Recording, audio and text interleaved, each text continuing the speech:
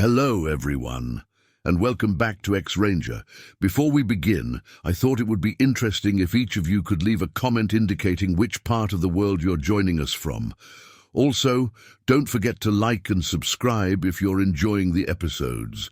Now let's get comfortable, relax, and start our program. I've been a forest ranger for 15 years, and I thought I'd seen it all.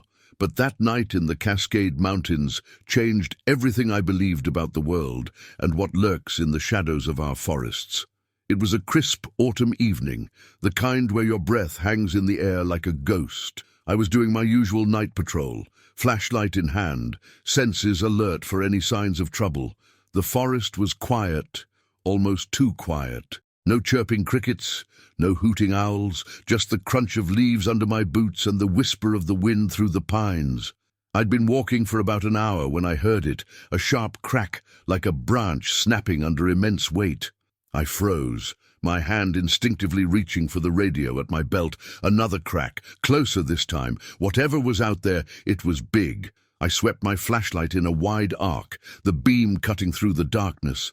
That's when I saw it, a shadow, massive and hulking, moving between the trees about 50 yards ahead. My heart leaped into my throat. Bear, I thought. Has to be a bear. But as I watched, the shadow rose up and up and up. This was no bear. It moved with an unnatural grace for something so large, weaving through the trees with ease. I could make out broad shoulders, long arms that nearly touched the ground, and a head that seemed to sit directly on those shoulders, no neck to speak of. I knew I should radio for backup. I knew I should retreat to my truck. But curiosity and disbelief rooted me to the spot. I had to know what I was seeing. Slowly, carefully, I began to move closer. The leaf litter was damp from an earlier rain, muffling my footsteps. As I neared, I swept my flashlight beam low, searching the ground. And there they were, footprints, but not like any I'd ever seen before. They were huge, easily twice the size of my own boot, 5 toes, but elongated, almost hand-like, and deep. Whatever made these prints was heavy. I knelt down, my mind racing. What the hell could leave tracks like this? That's when I heard the breathing, heavy, ragged, like a winded marathon runner. But it wasn't coming from the direction I'd seen the shadow moving. It was coming from behind me. I spun around, flashlight beam jerking wildly. For a split second, I caught a glimpse of matted fur, glinting eyes and teeth, so many teeth. Then it was gone, melting into the shadows with impossible speed for its size. I ran. I'm not ashamed to admit it. I ran faster than I've ever run in my life, branches whipping my face, roots threatening to trip me with every step. I didn't stop until I reached my truck, hands shaking so badly I could barely get the key in the ignition. As I sped down the mountain road, my radio crackled to life. "John, you okay out there? Thought I heard you running."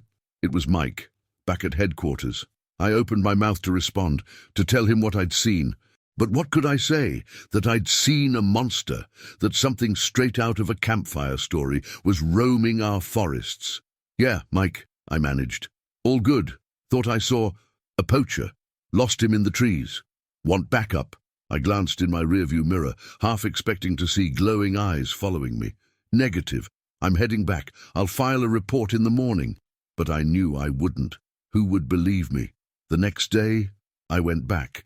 I had to. In the harsh light of day, with birds singing and squirrels chattering, it all seemed like a bad dream. Maybe I'd imagined it. Maybe the long hours and solitude were finally getting to me. I found the spot easily enough. The giant footprints were still there, even deeper and more defined in the daylight. I took photos, measured them, made plaster casts. I told myself it was for evidence, but deep down, I knew it was to convince myself I wasn't crazy. As I worked, I couldn't shake the feeling of being watched. The hairs on the back of my neck stood at attention, and every snapping twig made me jump. I finished as quickly as I could and got out of there. For weeks afterward, I pored over my photos and casts. I researched cryptozoology, read every Bigfoot sighting report I could find. Some came close to what I'd seen, but none quite matched. This was something different. I debated telling someone, Mike, my supervisor, even the local news, but every time I worked up the courage, I imagined the looks I'd get, the whispers, "Poor John, he's lost it." So I kept it to myself, a secret that gnawed at me day and night. I requested a transfer to day shifts, citing family reasons. I couldn't bear the thought of being in those woods after dark again, but even in the safety of sunlight, I found myself constantly scanning the tree line, jumping at shadows. Months passed. Winter came and went. As spring burst forth in a riot of new growth, I began to wonder if I'd imagined the whole thing. Maybe it had been a bear, distorted by shadows and an overactive imagination. Maybe I'd finally snapped after years of solitude in the wilderness. Then came the reports. It started with hikers. They'd come into the ranger station, shaken, talking about strange noises in the night, growls that didn't sound like any animal they knew, large shadows moving through the trees. Then came the photographs, blurry, indistinct, but undeniable. Something large, bipedal, lurking at the edges of campsites. The same matted fur, the same hulking shoulders I'd seen that night. The Forest Service tried to keep it quiet. They cited bears, escaped zoo animals, even people in costume playing pranks. But I knew the truth. It was out there, watching, waiting. As the sightings increased, I was called into my supervisor's office. "John," he said, not meeting my eyes, "you've been acting off since last fall. Is there something you want to tell me?" I opened my mouth, ready to finally unburden myself, to tell him everything I'd seen, everything I knew, but the words wouldn't come. How could I explain something I didn't understand myself? "No, sir," I said finally. "Everything's fine." He nodded, but I could see the doubt in his eyes. "All right, but if you need to talk, my door's always open." I left his office feeling like a coward. But what could I do? The truth was too bizarre, too frightening to face head-on. Summer came, bringing with it a flood of campers and hikers. I threw myself into my work, hoping to drown out the memories and the constant feeling of being watched. But late at night, when the campfires had died down and the forest was quiet, I'd lie awake, straining my ears for that heavy breathing, that snap of branches under impossible weight. Then, one sweltering August night, it happened again. I was doing a routine check of the campgrounds when I heard the screams. They came from the direction of Bear Creek, a popular spot for overnight hikers. I radioed for backup and ran towards the sound, my heart pounding in my ears. As I neared the creek, I saw them, a young couple, wide-eyed with terror, stumbling out of the woods. The woman was sobbing, the man trying to comfort her while looking over his shoulder every few steps. "Oh, what happened?" I asked, trying to keep my voice calm. "There's something out there," the man gasped. "Something big. It destroyed our camp, threw our tent like it was nothing." I felt a chill that had nothing to do with the night air. "Did you see it clearly?" The woman nodded, her voice barely a whisper. "It was huge, covered in hair, and its face—" She broke down, sobbing again. I led them back to my truck, my mind racing. It was happening again, and this time there were witnesses. As we drove back to the ranger station, I made a decision. No more hiding, no more pretending. It was time to face this thing head-on, whatever the consequences. The next morning, I walked into my supervisor's office and laid it all out. The night patrol, the footprints, everything I'd seen and heard over the past year. To my surprise, he didn't call me crazy. He didn't laugh. He just listened, his face growing graver with each word. When I finished, he was quiet for a long moment. Then he picked up his phone. "Get me the Wildlife Service," he said, "and the state police. We've got a situation." Within days, the forest was crawling with researchers, wildlife experts, and law enforcement. They combed the woods, set up cameras, interviewed witnesses. They found more tracks, more evidence that something large and unknown was living in our forest. As for me, I was relieved to finally have the weight off my shoulders. But a part of me was also sad. The forest had always been a place of mystery and wonder for me. Now it felt like we were trying to shine a spotlight into every shadow, to explain away every unexplained noise. Weeks turned into months. The researchers packed up their gear. The news vans stopped coming.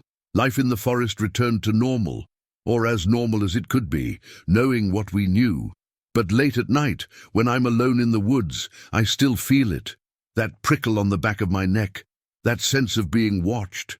And I know, deep in my bones, that it's still out there, waiting, watching.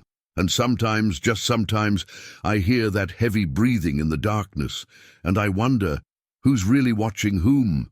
Story 2. The howl that echoed through the forest that night wasn't like anything I'd ever heard before. It sent chills down my spine and made my hair stand on end. Little did I know, it was just the beginning of the most terrifying night of my career as a forest ranger. My name's Jack, and I've been working these woods for over a decade. I thought I knew every sound, every creature, and every inch of this forest. But that night proved me wrong in ways I never imagined possible. It was a routine night patrol, or at least it started that way. The air was crisp, and a full moon hung low in the sky, casting eerie shadows through the trees. I'd been walking my usual route for about an hour when I first noticed something off. The forest was too quiet. Usually, there's a constant backdrop of noise. Crickets chirping, owls hooting, the rustle of small animals in the underbrush. But tonight, it was like someone had hit the mute button on the whole forest. I shrugged it off at first, chalking it up to the cold snap we'd had earlier in the week.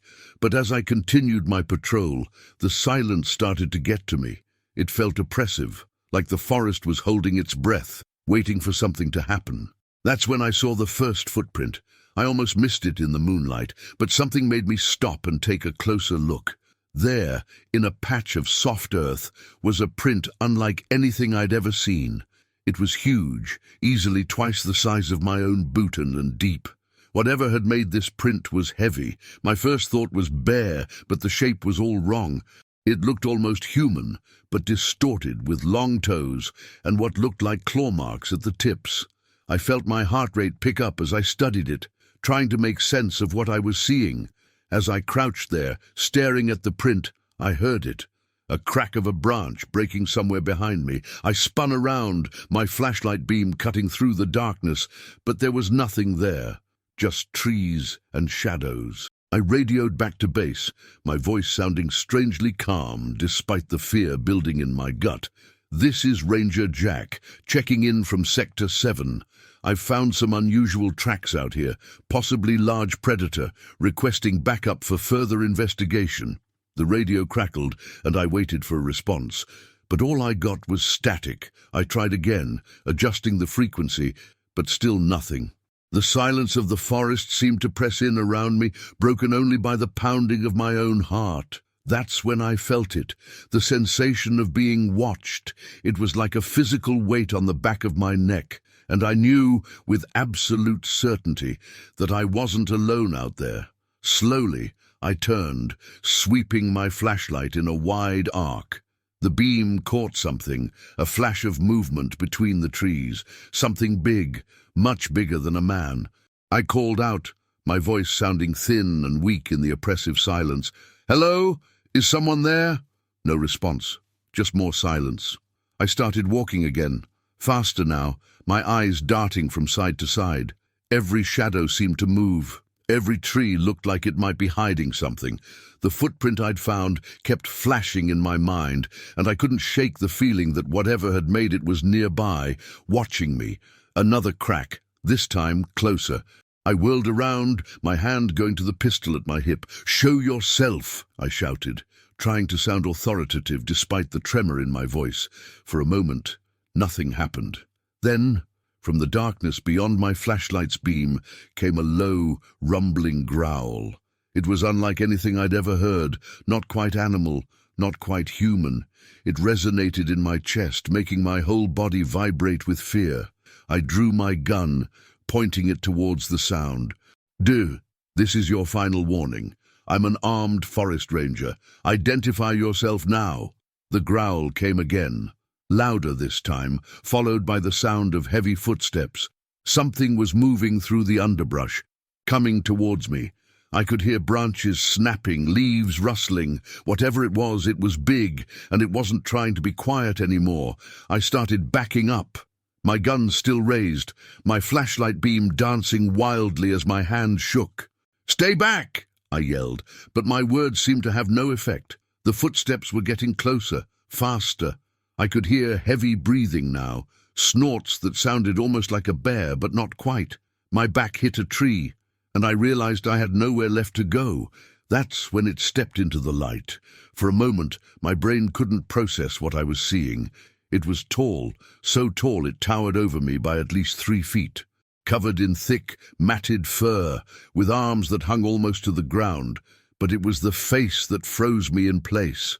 It was like a nightmarish mix of wolf and man, with a long snout full of sharp teeth and eyes that glowed yellow in the beam of my flashlight. I'd heard stories, of course. Every ranger has tales of Bigfoot, of werewolves, of things that lurk in the deep woods. But I'd always dismissed them as campfire stories, legends to scare tourists. Now, faced with this creature, I realized how wrong I'd been. It let out another growl, low and threatening, and I saw saliva dripping from its jaws. My finger tightened on the trigger of my gun, but I knew somehow that it wouldn't be enough. This thing, whatever it was, wasn't going to go down easily. For what felt like an eternity, we stood there, locked in a standoff. Me, pressed against the tree, my gun pointed at its chest. The creature looming over me, its breath coming in heavy pants, those yellow eyes never leaving mine. Then, without warning, it lunged. I fired, the sound of the gunshot deafening in the quiet forest. The creature roared in pain or anger, I couldn't tell which. I felt the rush of air as it swung at me, barely missing as I ducked and rolled to the side. I scrambled to my feet, not daring to look back as I ran. I could hear it behind me, crashing through the underbrush. Its roars echoed through the trees, spurring me on faster than I'd ever run in my life. Branches whipped at my face. Roots threatened to trip me with every step, but I kept going. My lungs burned, my legs ached, but the sound of pursuit kept me moving. I don't know how long I ran. It felt like hours, though it was probably only minutes. Eventually, I burst out of the tree line, finding myself on the road near the ranger station. I could see lights in the distance, hear the faint sound of voices. I chanced to look back, my heart in my throat, but there was nothing there, just the dark line of trees, silent and still once more. I staggered to the station, collapsing through the door. My colleagues rushed to me, asking what had happened, what I'd seen, but I couldn't speak. The image of that creature, its glowing eyes and sharp teeth, was burned into my mind. In the days that followed, we searched the area where I'd had my encounter. We found the footprints, huge and unmistakable. We found claw marks on trees, tufts of coarse hair caught on branches. But we never found the creature itself. Some of the other rangers believed me. Others were skeptical, suggesting I'd seen a bear or maybe a large wolf. But I know what I saw that night, and I know it's still out there, somewhere in the deep woods. I still work as a forest ranger, but I never do night patrols anymore. And when I'm in the forest and the sun starts to set, I always make sure I'm heading back to the safety of the station. Because now I know the truth about what lives in the shadows of the woods, and I never want to meet it again. Story 3. I've been an avid camper for most of my life, but nothing could have prepared me for that night in the Adirondacks. It was supposed to be a relaxing weekend getaway. Instead, it became a nightmare that still haunts my dreams. My buddy Mike and I had been planning this trip for months. We'd both been working crazy hours at the office, and the idea of disconnecting from the world and spending a few days in nature seemed like the perfect escape. We chose a remote spot, miles from the nearest trail or campground. We wanted solitude, and boy, did we get it. The hike-in was tough but rewarding. By late afternoon, we'd found the perfect clearing to set up camp. A babbling stream nearby provided fresh water, and the dense forest around us promised plenty of firewood. We got the tent up just as the sun was setting, painting the sky in brilliant oranges and pinks. "This is the life, eh?" Mike said, cracking open a beer as we sat around the campfire. I nodded, feeling the tension of the past few months melting away. No cell phones, no emails, no bosses, just us and nature. If only I'd known how those words would come back to haunt me. We turned in early, exhausted from the hike and full of campfire-cooked hot dogs. The sounds of the forest lulled us to sleep, the gentle rustle of leaves, the occasional hoot of an owl, the distant yip of a coyote. I'm not sure what time it was when I first heard it, that faint scratching sound like nails on fabric. In my groggy state, I assumed it was Mike tossing in his sleep, his sleeping bag rubbing against the tent floor. But then I realized Mike was still. The sound was coming from outside.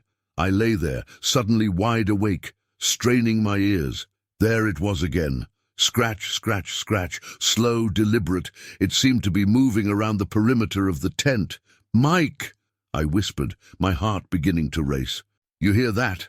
He stirred, mumbling something incoherent. The scratching stopped. I held my breath, listening intently. For a long moment, there was nothing but silence. Then, just as I was about to convince myself I'd imagined it, it started again, louder this time, more insistent. Mike sat up, fully awake now. "What the hell is that?" "I don't know," I said, trying to keep my voice steady. "Maybe a raccoon." But even as I said it, I knew that wasn't right. The scratching was too high up on the tent walls for a raccoon. Whatever was out there was big. We sat in tense silence, listening as the scratching circled the tent once, twice, 3 times. It paused at the door flap, and I could have sworn I heard sniffing. "Should we look?" Mike whispered. I shook my head violently. Every instinct in my body was screaming at me to stay put, to not draw attention to ourselves. The scratching resumed, more aggressive now. It was no longer just circling. It was focused on one spot, right above where I was sitting.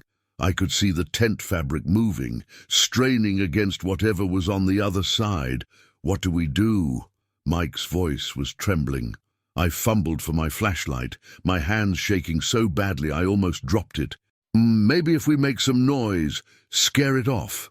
Mike nodded, reaching for the pot we'd used to cook dinner. On a count of 3, I flicked on the flashlight, and Mike banged the pot against his metal water bottle. The effect was immediate.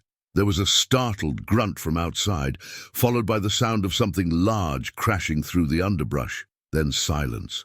We sat there, hearts pounding, for what felt like hours. Dawn was just beginning to lighten the sky when we finally worked up the courage to unzip the tent and peek outside. The clearing looked peaceful in the early morning light. Birds were starting to chirp, and a light mist hung over the ground. It all seemed so normal, so unthreatening. But then I saw the tent. Long, deep gouges ran along the sides, the fabric torn in places. These weren't the marks of any animal I knew. They were too precise, too deliberate. And they were high, higher than I could reach, standing on my tiptoes. "Jesus," Mike breathed, running his hand along one of the tiers. "What could have done this?" I shook my head, at a loss for words. My eyes scanned the ground, looking for tracks, for some sign of what had visited us in the night. But the forest floor was a tangle of leaves and pine needles, revealing nothing. "We should pack up," I said finally. "Get out of here." Mike nodded, already moving to break down the tent. We worked quickly, silently, both of us jumping at every snapping twig or rustling leaf. The feeling of being watched was overwhelming. As we shouldered our packs, ready to start the long hike back to civilization, Mike paused. "Look," he said, pointing to a nearby tree. I followed his gaze and felt my blood run cold. There, about 7 feet up the trunk, were deep claw marks, fresh ones, the exposed wood still oozing sap. We practically ran out of that clearing, our earlier exhaustion forgotten in the face of pure adrenaline. Every shadow seemed to hide a threat, every sound a potential danger. It wasn't until we reached the main trail, with its reassuring signs of human activity, that we slowed down. "Noob, what do you think it was?" Mike asked as we trudged along, the summer sun now high in the sky. I shook my head. I don't know, man. A bear, maybe. But we both knew that wasn't true. Bears don't scratch at tents like that. They don't leave claw marks that high up trees. And they certainly don't run away at the sound of a banging pot. When we finally reached the ranger station, we debated whether to report what had happened. In the bright light of day, with other hikers milling about and the comforting sounds of car engines in the parking lot, it all seemed a bit ridiculous. What would we say? That some unknown creature had terrorized us in the night. In the end, we decided to keep it to ourselves. We mumbled something about bad weather to explain our early return and headed home, both of us lost in our own thoughts. That night, safe in my apartment, I couldn't sleep. Every time I closed my eyes, I heard that scratching sound. I kept imagining what might have happened if the tent fabric had given way, if whatever was out there had gotten in. Over the next few weeks, I threw myself into research. I scoured the internet for similar stories, for any explanation of what we might have encountered. I found plenty of campfire tales and second-hand accounts, but nothing that quite matched our experience. Mike and I talked about it occasionally, trying to make sense of what had happened, but as time passed, the memory began to fade. We started to question ourselves, to wonder if maybe we had overreacted to a curious animal, or even a mischievous hiker playing a prank. It wasn't until months later that I came across the news article. A hiker had gone missing in the Adirondacks, in an area not far from where we had camped. The search parties had found his backpack, shredded and empty, and nearby on a tree trunk were deep claw marks, about 7 feet off the ground. I called Mike immediately. "You see this?" I asked, my voice shaking. There was a long pause on the other end of the line. "Yeah," he said finally. "I saw it." We were quiet for a moment, both of us remembering that night. The sound of scratching, the torn tent, the claw marks on the tree. "What do we do?" Mike asked. I thought about it. We could come forward, tell the authorities what we had experienced, but would they believe us? And even if they did, what good would it do? Whatever was out there, it was still out there. "I don't know," I said at last. "I just don't know." We hung up shortly after, each lost in our own thoughts. That night, as I lay in bed staring at the ceiling, I couldn't shake the feeling that we had encountered something that night in the woods, something unknown, something that shouldn't exist in our rational, explainable world. And as I finally drifted off to sleep, I could have sworn I heard a faint sound outside my window, a familiar sound that sent a chill down my spine. Scratch, scratch, scratch. Story 4. The first howl jolted me awake, my heart pounding against my ribs like it was trying to escape.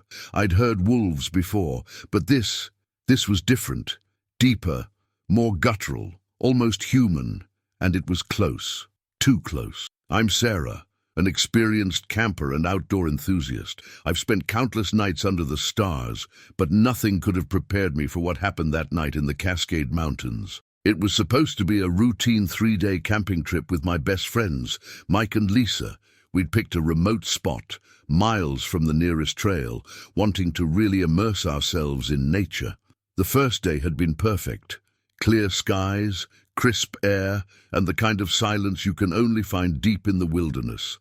But as night fell on the second day, things started to feel off. It started with the wind.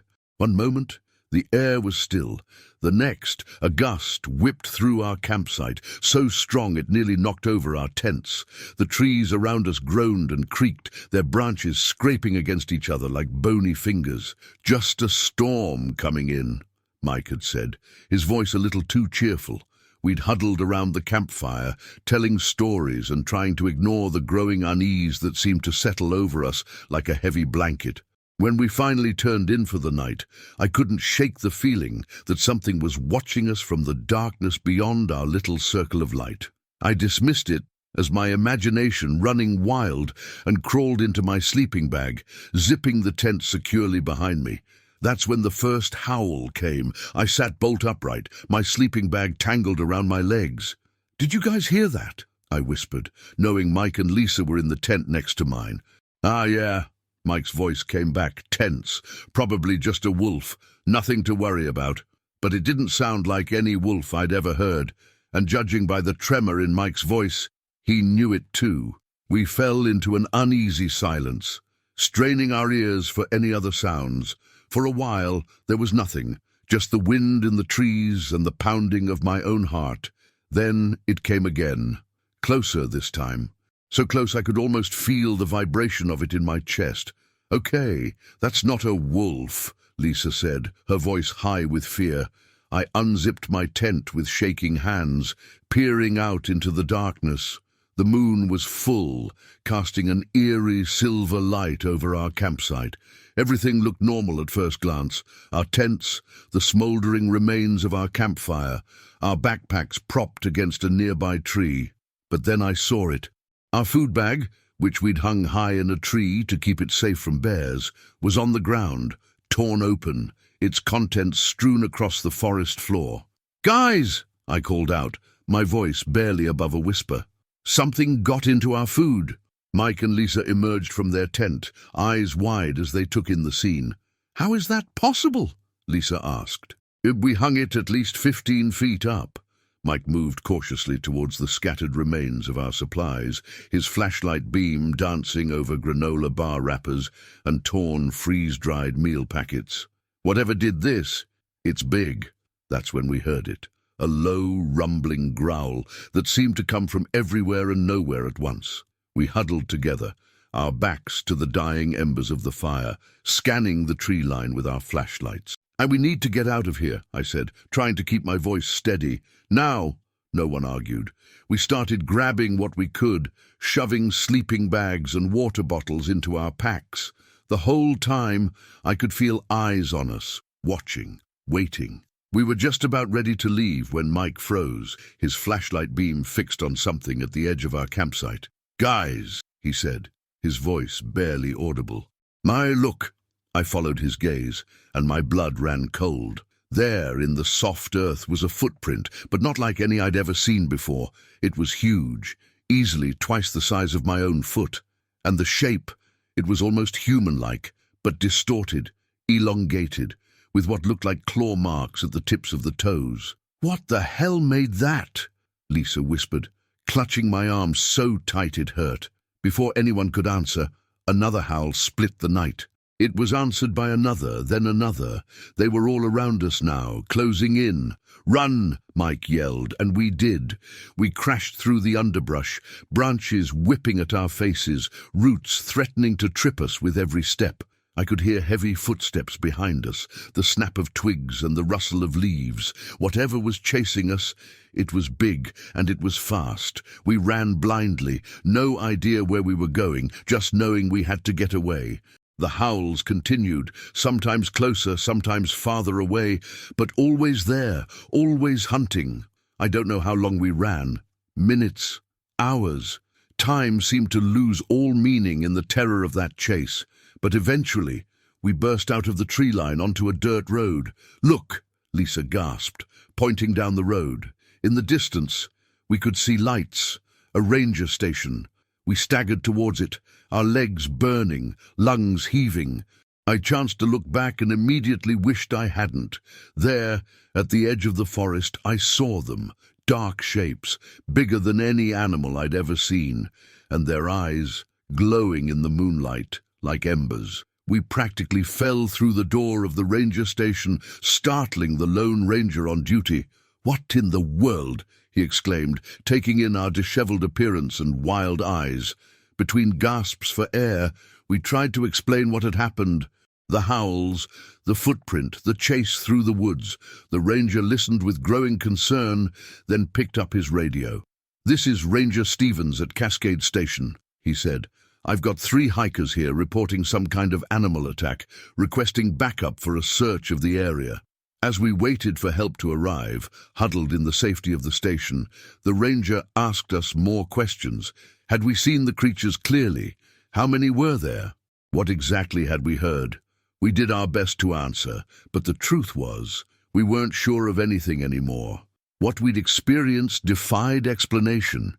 It didn't fit with anything we knew about the wildlife in these mountains. The sun was just starting to rise when more rangers arrived. They took our statements, then geared up to go investigate our campsite.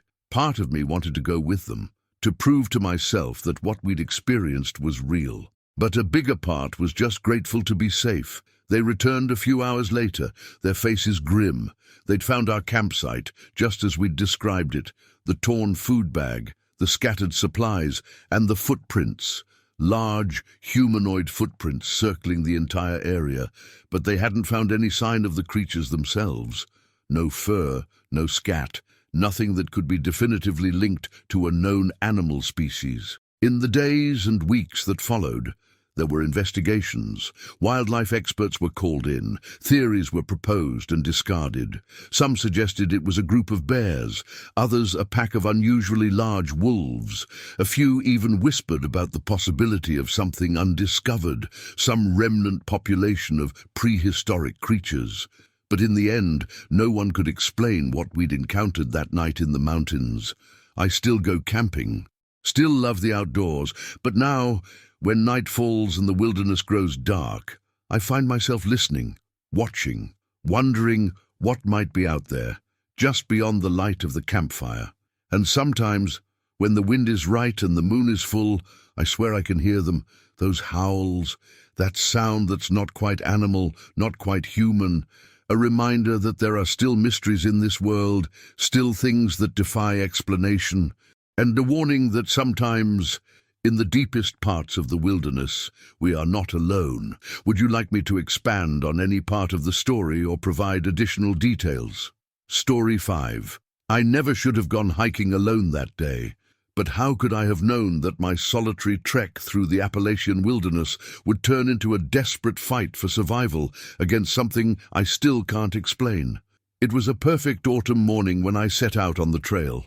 The air was crisp, carrying the scent of fallen leaves and pine. Shafts of sunlight broke through the canopy, dappling the forest floor with golden light. I'd been looking forward to this hike for weeks, a chance to clear my head and reconnect with nature. The first few hours were blissful. I made good time, stopping occasionally to admire particularly stunning vistas or interesting flora. By early afternoon, I'd reached a peaceful meadow that seemed like the ideal spot for a lunch break. As I sat on a fallen log, munching on my trail mix, I felt utterly at peace. The only sounds were the gentle rustle of leaves in the breeze and the occasional bird call.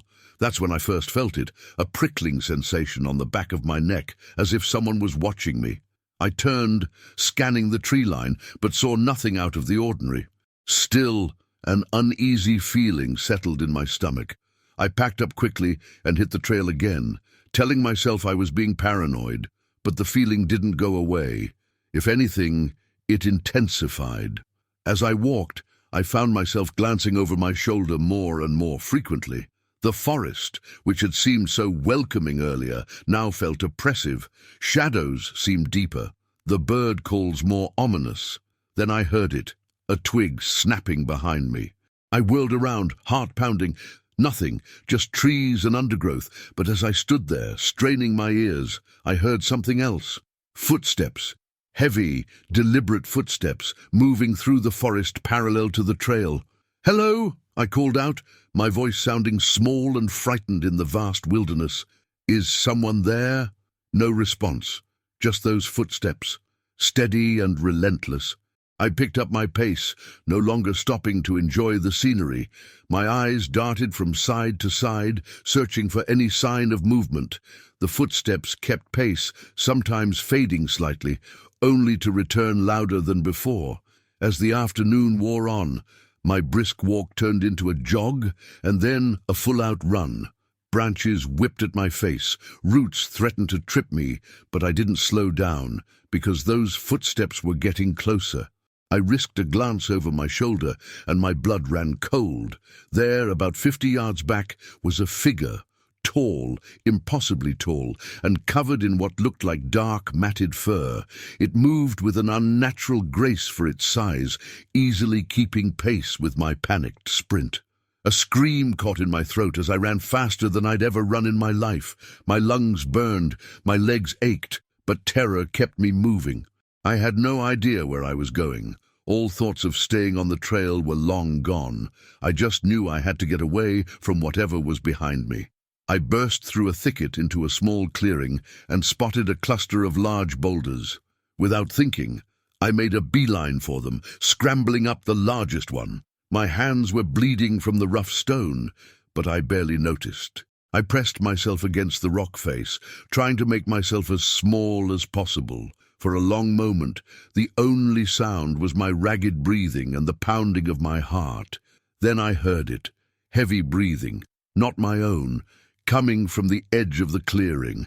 I held my breath, praying that whatever it was wouldn't find me. Slowly, so slowly, I peered around the edge of the boulder.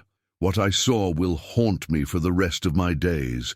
It stood at the tree line, partially obscured by shadows, but I could make out its massive frame, easily 8 feet tall, covered in dark fur. Its arms were unnaturally long, hanging almost to its knees, but it was the face that struck true terror into my heart. It was almost human, but wrong somehow. The proportions were off, the eyes too large and set too far apart, and when it opened its mouth, I saw rows of sharp, yellowed teeth. Our eyes met, and I saw intelligence there. This was no animal. It knew I was there, hiding, terrified, and it was enjoying the hunt. It took a step forward, into the clearing. I pressed myself harder against the rock, as if I could somehow melt into it. My mind raced, trying to figure out what to do. I had no weapon, no way to defend myself. My phone had no signal this deep in the wilderness. I was utterly alone. Another step, and another. It was taking its time, savoring my fear. I could hear its breathing now, ragged and guttural. The stench hit me, a mix of wet fur, rotting vegetation, and something metallic that made my stomach churn. I closed my eyes, certain that this was the end. I thought of my family, my friends. Would they ever know what happened to me, or would I become just another mysterious disappearance in these vast woods? Suddenly, a new sound cut through the air. Voices, human voices, coming from somewhere down the trail. The creature's head snapped towards the sound, its body tensing. For a moment, it stood there, caught between its prey and the threat of discovery. Then, with a low growl that I felt more than heard, it turned and melted back into the forest. The shadows seemed to swallow it whole, leaving no trace of its presence. I stayed frozen in place, hardly daring to breathe, until the voices grew closer. It was a group of hikers, laughing and chatting as they made their way down the trail. I wanted to call out to them, to warn them, but my voice wouldn't work. By the time I managed to climb down from the boulder, they had passed by, oblivious to the danger that lurked in the woods. I made my way back to the trail on shaky legs, jumping at every sound. The sun was setting, casting long shadows through the trees. I walked as quickly as I could, constantly looking over my shoulder. Every dark shape between the trees looked like a lurking monster. Every rustle in the underbrush sent my heart racing. It was full dark by the time I reached my car. I fumbled with my keys, my hands shaking so badly I could barely get the door open. Once inside, I locked the doors and sat there, gulping in air, trying to process what had happened. As I drove home, my mind kept replaying the encounter. What was that thing? Some undiscovered species? A creature out of legend? Or had the isolation and fear played tricks on my mind? In the days that followed, I scoured the internet for answers. I found countless stories of Bigfoot sightings, tales of strange creatures in the woods. But none quite matched what I had seen. The intelligence in those eyes, the almost human-like face, it was something altogether different. I debated reporting what I'd seen, but who would believe me? I had no proof, no evidence, just the scratches on my hands from the boulder and the lingering nightmares that woke me in a cold sweat. Weeks passed, and life slowly returned to normal. But I couldn't shake the feeling that I'd glimpsed something that day in the woods, something that challenged everything I thought I knew about the world, something that was still out there, waiting. I haven't gone hiking since that day. The thought of being alone in the wilderness fills me with a primal fear I can't shake. But sometimes, when I'm driving past dense forests or walking in a secluded park, I feel that familiar prickling on the back of my neck, and I wonder, is it watching me? Is it out there, moving silently between the trees, waiting for its next opportunity? One thing I know for certain, I'll never look at the woods the same way again, because now I know that sometimes, when you feel like you're being watched in the forest, you're right. And what's watching might be something beyond your wildest nightmares. Story 6. The moment I saw those eyes in my viewfinder, I knew I'd captured something extraordinary. What I didn't realize was that I'd also caught the attention of something that would turn my passion into a nightmare. My name is Alex, and I'm a wildlife photographer. For years, I've trekked through some of the most remote corners of the world, capturing images of creatures most people only dream of seeing.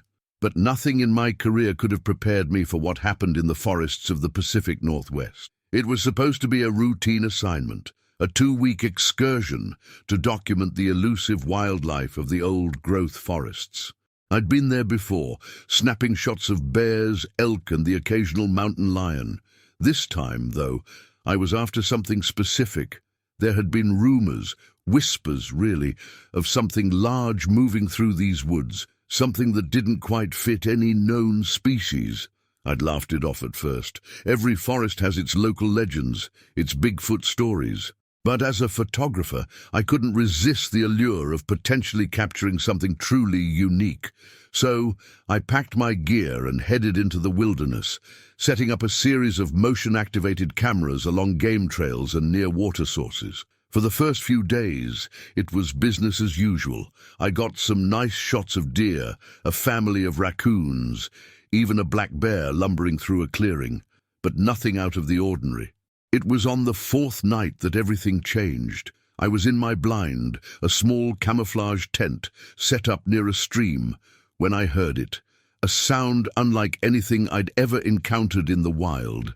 It was a low, guttural growl, but with an almost human-like quality to it. The hair on the back of my neck stood up, and I felt a primal fear grip me. Instinctively, I raised my camera, peering through the viewfinder into the darkness beyond my blind. For a moment, there was nothing. Then I saw them, eyes, reflecting the faint moonlight. They glowed an eerie yellow-green. They were set high, much higher than any known predator in these woods. I snapped the shot, the sound of the shutter unnaturally loud in the quiet forest. The eyes blinked, then vanished. I sat there, heart pounding, waiting for whatever it was to reappear. But the night remained still.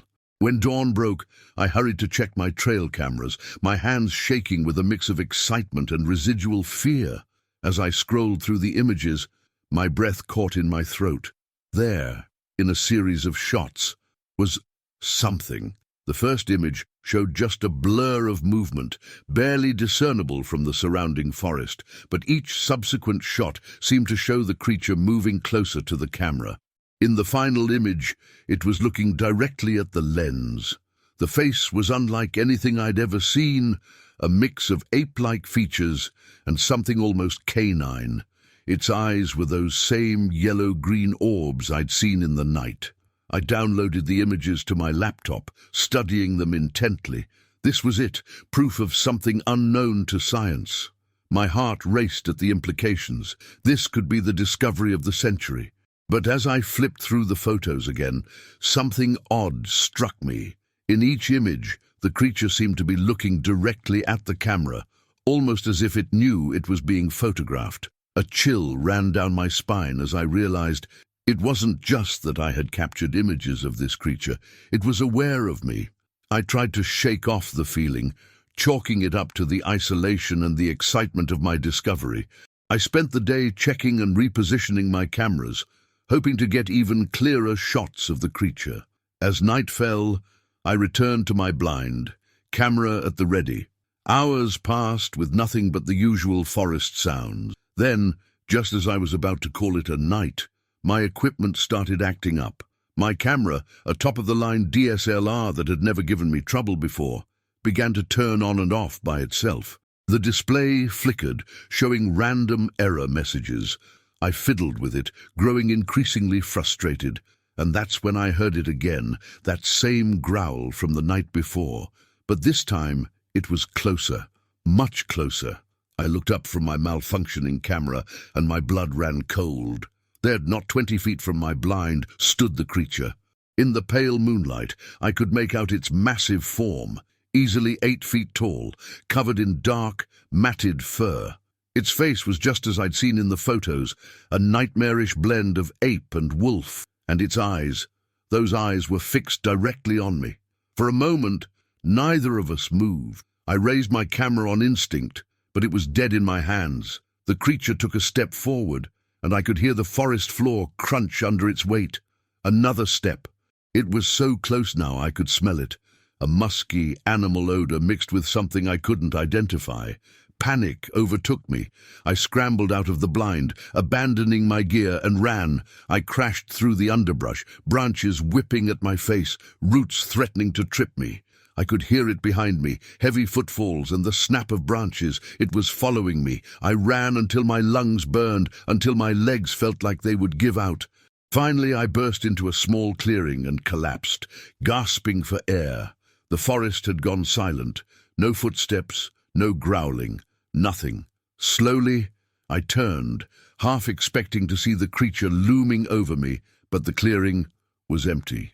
I was alone. I spent the rest of the night huddled in that clearing, jumping at every sound, every shadow. When dawn finally broke, I made my way back to my camp on shaky legs. My blind was torn to shreds, my equipment scattered, but my laptop, tucked away in my tent, was untouched. I packed up quickly, eager to get out of the forest. But as I was about to leave, curiosity got the better of me. I had to know if I'd captured any more images of the creature. I booted up my laptop and began scrolling through the photos from the previous night. My hands began to shake as I realized what I was seeing. There were dozens of images, all of the creature, but in each one it was closer to the camera, closer to me. The final image made my blood run cold. It showed the interior of my blind, taken from the perspective of my own camera. And there, in the background, was me, sound asleep, unaware of the massive form looming over me. I slammed the laptop shut and ran.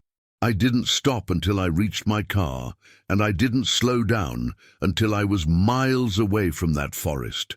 In the days that followed, I debated what to do with the images. They were proof of something extraordinary, something that could make my career. But every time I looked at them, I remembered the fear, the feeling of being hunted, and I knew deep down that this creature, whatever it was, had let me go. This time.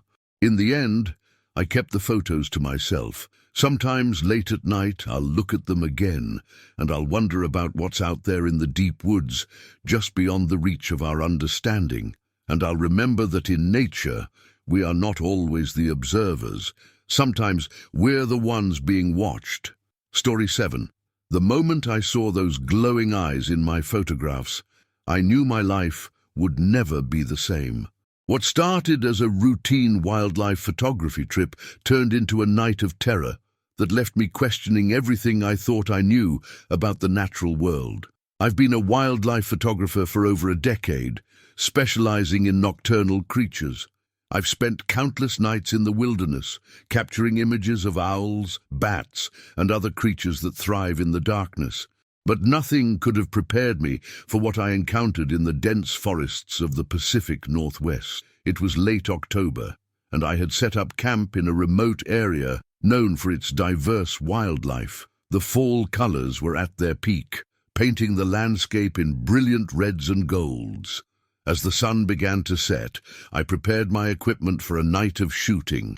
My setup was simple but effective. A high-end DSLR camera with a night vision lens, a few motion-activated trail cameras, and a small, collapsible blind where I could sit and wait for the perfect shot. I had positioned the trail cameras earlier in the day, focusing on areas that showed signs of animal activity, a muddy bank with fresh tracks, a well-worn game trail, and a small clearing where I had noticed some unusual markings on the trees.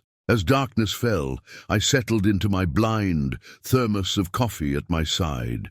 The forest came alive with the sounds of night, the hoot of an owl, the rustle of small animals in the underbrush, the distant howl of a coyote. I breathed in the crisp autumn air, feeling that familiar thrill of anticipation. What wonders would the night reveal through my lens? The first few hours were productive but unremarkable. I captured some nice shots of a raccoon family foraging for food, a beautiful barred owl perched on a low branch, and a shy deer picking its way through the trees. But as midnight approached, something changed. The forest grew unnaturally quiet, as if holding its breath. I sat up straighter, all my senses on high alert. Years of experience had taught me to trust my instincts, and right now they were screaming that something was off. I raised my camera, scanning the darkness through the viewfinder. At first, I saw nothing unusual. Then, a movement caught my eye. Something large was moving through the trees, just at the edge of my camera's range. I held my breath, trying to keep the camera steady as I depressed the shutter button, capturing a rapid series of images. Whatever it was, it moved with an eerie grace, weaving between the trees with a fluidity that seemed impossible for its size. I caught glimpses of dark fur, of long limbs that seemed almost human-like in their proportions, but it was too dark, too fast for me to get a clear look. Heart pounding, I lowered the camera and reached for my flashlight. Should I risk illuminating the area for a better look? Before I could decide, a twig snapped loudly, much closer than I expected. I froze, flashlight clutched in my sweating hand. The sound of heavy breathing filled the air, coming from just outside my blind. It was deep, ragged, unlike anything I'd ever heard before. Not bear, not elk, not any animal I could identify. I sat there, hardly daring to breathe, as whatever it was circled my small shelter. Suddenly, the blind shook violently, as if something had brushed against it, or worse, grabbed it. I bit back a scream, my entire body trembling. The heavy breathing was right next to my ear now, separated only by the thin fabric of the blind. Then, as quickly as it had come, it was gone. The forest fell silent again, but I didn't dare move. I sat there rigid with fear until the first light of dawn began to filter through the trees. As soon as it was light enough, I burst out of the blind, my legs shaky from sitting still for so long and from the lingering terror. I half expected to see the forest torn apart, evidence of some large creature's rampage, but everything looked normal, almost too normal. With trembling hands, I gathered my equipment. The trail cameras. I had to check the trail cameras. Maybe they had captured something, some evidence that I hadn't imagined the whole terrifying encounter. I retrieved the cameras one by one, trying to ignore the feeling of being watched that prickled at the back of my neck. Back at my campsite, I plugged the memory cards into my laptop, my heart racing as I waited for the images to load. The first camera showed nothing unusual, just the normal nighttime activities of the forest's inhabitants. The second was the same. But the third, my blood ran cold as I flipped through the images. There, in a series of shots taken just after midnight, was something I couldn't explain. A large, bipedal figure, moving with impossible speed between the frames. In one shot, it was barely visible at the edge of the frame. In the next, taken just seconds later, it was in the center of the clearing, its head turned towards the camera. The image was blurry, the creature's features indistinct, but its eyes were clearly visible, reflecting the infrared flash like two glowing coals. They seemed to stare right through the camera, right at me. I slammed the laptop shut, my mind reeling. What had I captured on film? Some unknown species, a hoax, or something else? With shaking hands, I broke down my camp in record time, throwing my gear haphazardly into my SUV. I couldn't shake the feeling that I needed to get out of there, fast. As I drove down the winding forest road, my mind raced. Should I tell someone about what I'd seen? Who would believe me? I had the photos, yes, but they were blurry, inconclusive. I could already hear the accusations of hoax, of manipulation. I decided to keep it to myself, at least for now. I needed time to process what had happened, to examine the evidence more closely. Back in the safety of my home office, I spent days poring over the images. I enhanced them, analyzed them, compared them to every known animal species. Nothing matched. The proportions were all wrong for any known primate, the movement too fluid for a person in a costume. As the days turned into weeks, I found myself obsessing over the encounter. I couldn't sleep, couldn't focus on anything else. I kept replaying that night in my mind, remembering the sound of that heavy breathing, the feeling of being watched. I began researching cryptozoology, delving into reports of Bigfoot sightings and other mysterious creatures. Some of the accounts bore eerie similarities to my own experience, but none quite matched it. Finally, unable to shake the need for answers, I decided to return to the forest. I told myself it was to gather more evidence, to perhaps capture clearer images. But deep down, I knew I was hoping for another encounter, as terrifying as that prospect was. I arrived at the same campsite a month after my original trip. Everything looked the same, but it felt different. The forest seemed darker, more oppressive. Every shadow held the potential for danger. I set up my equipment with meticulous care, placing cameras in a wide perimeter around my camp. This time, I was prepared, or so I thought. As night fell, I sat in my tent, every sense on high alert. Hours passed with nothing but the normal sounds of the forest. Then just after midnight, I heard it. That same heavy breathing. My hand shook as I reached for my camera. Slowly, carefully, I unzipped the tent flap, raising the camera to my eye. What I saw through the viewfinder will haunt me for the rest of my days. There, not 10 feet from my tent, stood a creature that should not exist. It was tall, at least 8 feet, covered in dark fur. Its arms were long, hanging almost to its knees. But its face was almost human-like, with a pronounced brow and deep-set eyes that glowed in the camera's flash. Our gazes met, and I saw intelligence there. Recognition. This thing, whatever it was, knew me. It had been waiting for me. I'd like to say I stood my ground, that I captured the photographic evidence I'd come for, but the truth is, I ran. I abandoned my equipment, my campsite, everything, and ran blindly through the dark forest until I reached my car. As I sped down the mountain road, my rearview mirror showed only darkness. But I couldn't shake the feeling that those eyes were still watching me, would always be watching me. I never returned to that forest. I never showed anyone the photos I captured that first night. Some truths, I've learned, are better left uncovered. But I'll never forget those glowing eyes, or the realization that there are things in this world beyond our understanding, things that lurk in the shadows, watching and waiting. Now, when I look at forests, I see them differently. Behind every tree, in every shadow, I imagine those eyes. And I wonder, not for the first time, if there are some mysteries that are better left unsolved. Story 8. The moment we stepped into that abandoned cabin, I knew we'd made a terrible mistake. The air was thick with the musty scent of decay and something else, something wild and feral that made the hairs on the back of my neck stand up.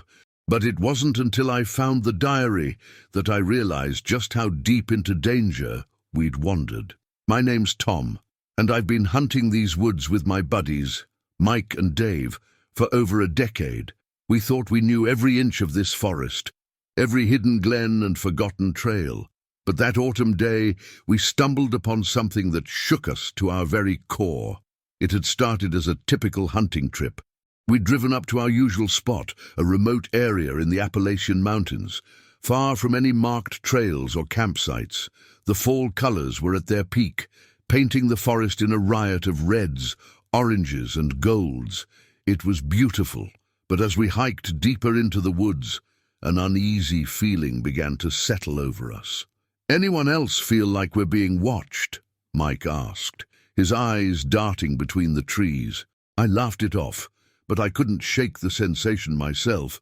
It felt like every shadow held a pair of eyes, every rustle of leaves concealed something just out of sight. We'd been walking for hours, the sun dipping low on the horizon when we first saw the cabin. It was tucked away in a small clearing, its weathered wood almost blending into the surrounding forest. At first glance, it looked like it had been abandoned for years. "Should we check it out?" Dave asked, already moving towards it. "Might be a good place to spend the night." I hesitated. Something about the cabin felt off, but with darkness falling and a chill in the air, we didn't have many options. Reluctantly, I nodded, and we approached the structure. The door creaked open at Dave's touch, revealing a single-room interior. Dust covered every surface, and cobwebs hung in the corners. But it was the walls that caught my attention. They were covered in deep gouges, like something with massive claws had tried to tear its way out. Or in... "What the hell happened here?" Mike whispered, running his hand over one of the marks. I shook my head, unable to come up with a reasonable explanation. "Let's just get set up for the night," I said, trying to keep my voice steady. "We'll head back in the morning." As Mike and Dave began clearing a space for our sleeping bags, I explored the cabin further. There wasn't much. A broken chair, a rusted pot-belly stove, a few shattered mason jars. But then, tucked away in a corner, I found the diary.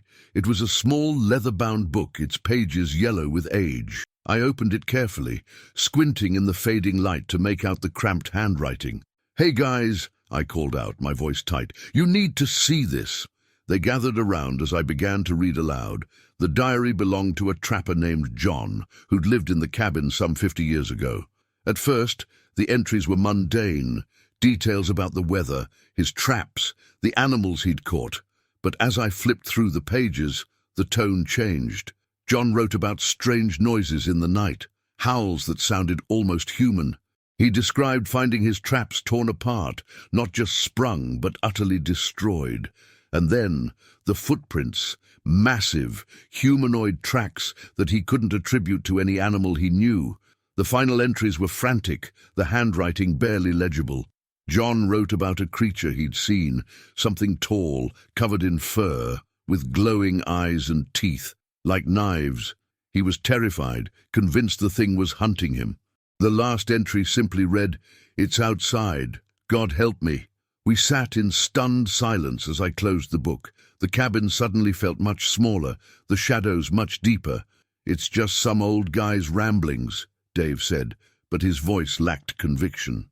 "Probably went stir-crazy out here all alone." I wasn't so sure. Those claw marks on the wall seemed a lot more ominous now. We tried to settle in for the night, but sleep was elusive. Every creak of the cabin, every whisper of wind through the trees had us on edge. I kept thinking about John's diary, about the creature he'd described. It sounded absurd in the light of day, but here, in the darkness of these ancient woods, anything seemed possible. It was just past midnight when we heard it, a low, rumbling growl that seemed to come from everywhere and nowhere at once. We were on our feet in an instant, guns in hand, eyes wide as we scanned the cabin's single room. "What was that?" Mike whispered, his voice barely audible. Before anyone could answer, something heavy slammed against the cabin wall. The whole structure shook, dust raining down from the rafters. Then came the sound of claws scraping against the wood, exactly like the marks we'd seen earlier. "We need to get out of here," I said, already moving towards the door. But as I reached for the handle, a massive shadow passed by the cabin's single window. For a moment, just a fraction of a second, I saw it. A hulking figure, easily 8 feet tall, covered in dark fur, and its eyes, they glowed in the darkness, fixed directly on me. I stumbled back, my heart pounding so hard I thought it might burst from my chest. "It's real," I gasped. "And the thing from the diary, it's real." The next few minutes were chaos. We grabbed what we could, abandoning most of our gear in our haste to escape. The growls and scratching continued, growing more frenzied with each passing second. We burst out of the cabin, running blindly into the forest. I could hear it behind us, heavy footfalls and the snap of branches. It was following us, hunting us. We ran until our lungs burned and our legs felt like lead. Finally, we stumbled upon a small cave, barely big enough for the 3 of us to squeeze into. We huddled there, hardly daring to breathe, as we listened to the thing moving in the forest around us. Hours passed, though it felt like days. As the first light of dawn began to filter through the trees, the sounds finally faded. We waited a bit longer, then cautiously emerged from our hiding spot. The forest looked normal in the daylight, beautiful even, but we didn't stick around to admire the view. We hiked out as fast as we could, not stopping until we reached our truck. As we drove away, I couldn't shake the image of those glowing eyes, of that massive shadow by the cabin window.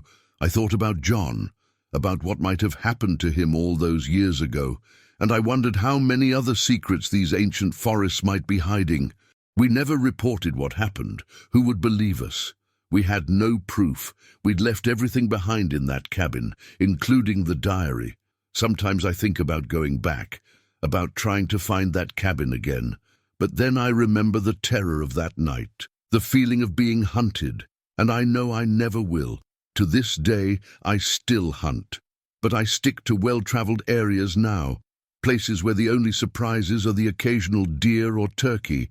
And on quiet nights, when the wind whispers through the trees, I find myself listening for a sound I hope I'll never hear again. The growl of something that shouldn't exist, something that lurks in the deepest, darkest parts of the wilderness. Because now I know the truth. In the vastness of nature, there are things beyond our understanding, things that remind us that sometimes we're not the hunters, we're the prey. Story 9. The day I found those tracks in the snow was the day my world turned upside down. I've been a hunter for over 2 decades, but nothing in my experience could have prepared me for what I encountered in the frozen wilderness of northern Minnesota. It was early December, and I had set out for a week-long solo hunting trip in the Superior National Forest. The first snow of the season had fallen a few days earlier, blanketing the landscape in a pristine white that promised perfect tracking conditions. I was after white-tailed deer, hoping to fill my freezer for the winter. The first couple of days were uneventful. I saw plenty of deer sign, but nothing worth taking a shot at. On the third morning, I woke before dawn, the air inside my small cabin crisp and cold. I layered up, grabbed my rifle and pack, and headed out into the pre-dawn darkness. As the sky began to lighten, I found myself in a quiet valley, surrounded by towering pines. Fresh snow had fallen overnight, erasing yesterday's tracks and giving me a clean slate. I moved slowly, my eyes scanning the ground for any sign of deer movement. That's when I saw them, tracks unlike anything I'd ever encountered before. At first glance, they looked like deer tracks, but something was off. They were deeper, for one thing, suggesting an animal of considerable weight, but it was the pattern that really caught my attention. The tracks started off as typical 4-legged animal prints, spaced in a way that suggested a large deer or maybe even an elk. But then, about 20 yards in, they changed. The back prints disappeared, and the front prints became larger, deeper, and different. They were no longer hoof prints, but something that looked disturbingly like enormous, elongated human footprints. I stood there, staring at the tracks, trying to make sense of what I was seeing. Had 2 separate animals crossed paths here? But no, I could clearly see the transition from 4-legged to bipedal. It was as if the animal had suddenly stood up and started walking on 2 legs. My mind raced through possibilities. A bear, maybe. But bears don't walk bipedally for extended periods, and these tracks continued on in a straight line as far as I could see. Plus, they didn't look like any bear tracks I'd ever seen. Curiosity overcame caution, and I decided to follow the tracks. They led me deeper into the forest, away from my planned hunting route. I lost track of time as I followed the trail, my eyes glued to the ground, my grip tight on my rifle. As I walked, I began to notice other oddities. Claw marks on trees, far higher than a bear could reach. Tufts of coarse, dark hair snagged on branches. And the silence. The forest had gone eerily quiet, devoid of the usual chattering squirrels and singing birds. The tracks led to a small clearing, and what I saw there made my blood run cold. In the center of the clearing stood a massive pine tree, its trunk easily 4 feet in diameter, and wrapped around that trunk, about 7 feet off the ground, was a fresh deer carcass. I approached slowly, my heart pounding. The deer had been torn apart, its rib cage splayed open, organs missing. But it wasn't the gore that disturbed me most. It was the precision of it. This wasn't the messy feeding of a bear or wolf. The deer had been butchered almost surgically and then purposefully displayed. As I stood there, trying to process what I was seeing, a twig snapped behind me. I whirled around, raising my rifle, but saw nothing but trees and shadows. Yet I couldn't shake the feeling that I was being watched. That's when I heard it. A low, guttural sound. Not quite a growl, not quite human. It seemed to come from everywhere and nowhere at once, reverberating through the trees.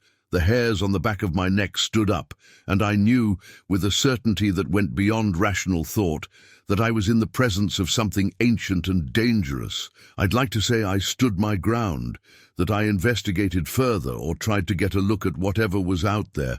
But the truth is, I ran. I turned and ran faster than I ever have in my life, crashing through underbrush, leaping over fallen logs, my lungs burning in the cold air. I didn't stop until I reached my cabin, slamming the door behind me and collapsing onto the floor, gasping for breath. As my heart rate slowly returned to normal, I tried to make sense of what I'd seen. Those tracks, the deer carcass, that inhuman sound. None of it fit with anything I knew about the wildlife in these woods. As night fell, I sat by the window, rifle across my lap, watching the tree line. The rational part of my brain tried to come up with explanations. Maybe I'd misinterpreted the tracks. Maybe the deer had been killed by a mountain lion, and I'd let my imagination run wild. But deep down, I knew I'd encountered something that defied explanation. Sleep was impossible. Every creak of the cabin, every whisper of wind through the trees, had me on high alert. As the hours crawled by, I found myself thinking of old legends, stories I'd dismissed as campfire tales, Wendigo, Sasquatch, Skinwalker, names for things that lurked in the dark places of the world, things that straddled the line between animal and something else. When dawn finally broke, I wasted no time in packing up my gear. My week-long hunting trip had turned into a desperate desire to get back to civilization, to put as much distance as possible between myself and whatever was out there in the woods. As I drove down the snow-covered forest road, my eyes kept darting to the rearview mirror, half expecting to see something emerge from the trees. It wasn't until I hit the main highway that I finally began to relax. In the days and weeks that followed, I tried to rationalize what I'd experienced. I researched known wildlife in the area, looked into the possibility of escaped exotic animals, even reached out to local experts, but nothing quite fit what I'd seen. I debated whether to report my experience, but to who? The local game warden? The police? I had no concrete evidence, just a story that sounded insane even to my own ears. In the end, I kept it to myself, but the experience changed me. I've been back to those woods since then. Something keeps drawing me back, a mix of fear and fascination. I never saw those strange tracks again, never heard that unearthly sound. But sometimes, when I'm deep in the forest and the shadows grow long, I feel eyes on me. I hear branches creaking under weight, too heavy to be a deer. And I wonder about what's really out there, just beyond the reach of our understanding. There are those who say the wilderness holds no more mysteries, that every animal has been catalogued, every species discovered. But I know better. I've seen the evidence with my own eyes, heard it with my own ears. There are things in this world that defy explanation, creatures that lurk in the shadows of our reality. And sometimes, if you're not careful, you might just cross paths with one of them. So the next time you're in the woods and you hear a twig snap behind you, or see a shadow move in a way that shadows shouldn't, remember my story, and remember that not all tracks in the snow lead to places we're meant to go. Story 10. The first scream echoed off the cave walls, sending chills down my spine. The second one made my blood run cold. By the third, I knew we weren't alone in this darkness, and whatever was in here with us wasn't human. My name's Emily, and I've been an avid hiker for most of my life. I thought I'd seen it all. Treacherous mountain peaks, dense forests, even the occasional bear encounter. But nothing could have prepared me for what happened in those caves. It was supposed to be a simple 3-day trek through the Appalachian wilderness with my friends, Sarah and Mark. We'd done similar hikes before, always sticking to well-marked trails and campsites.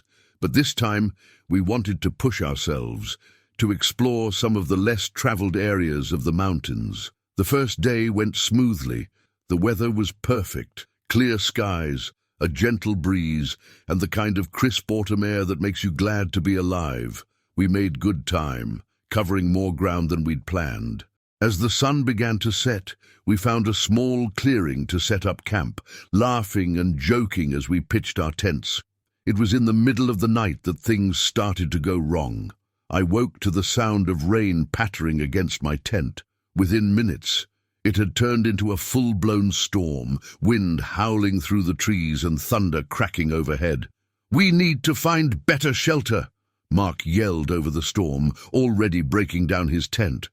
There's no way these will hold in this wind."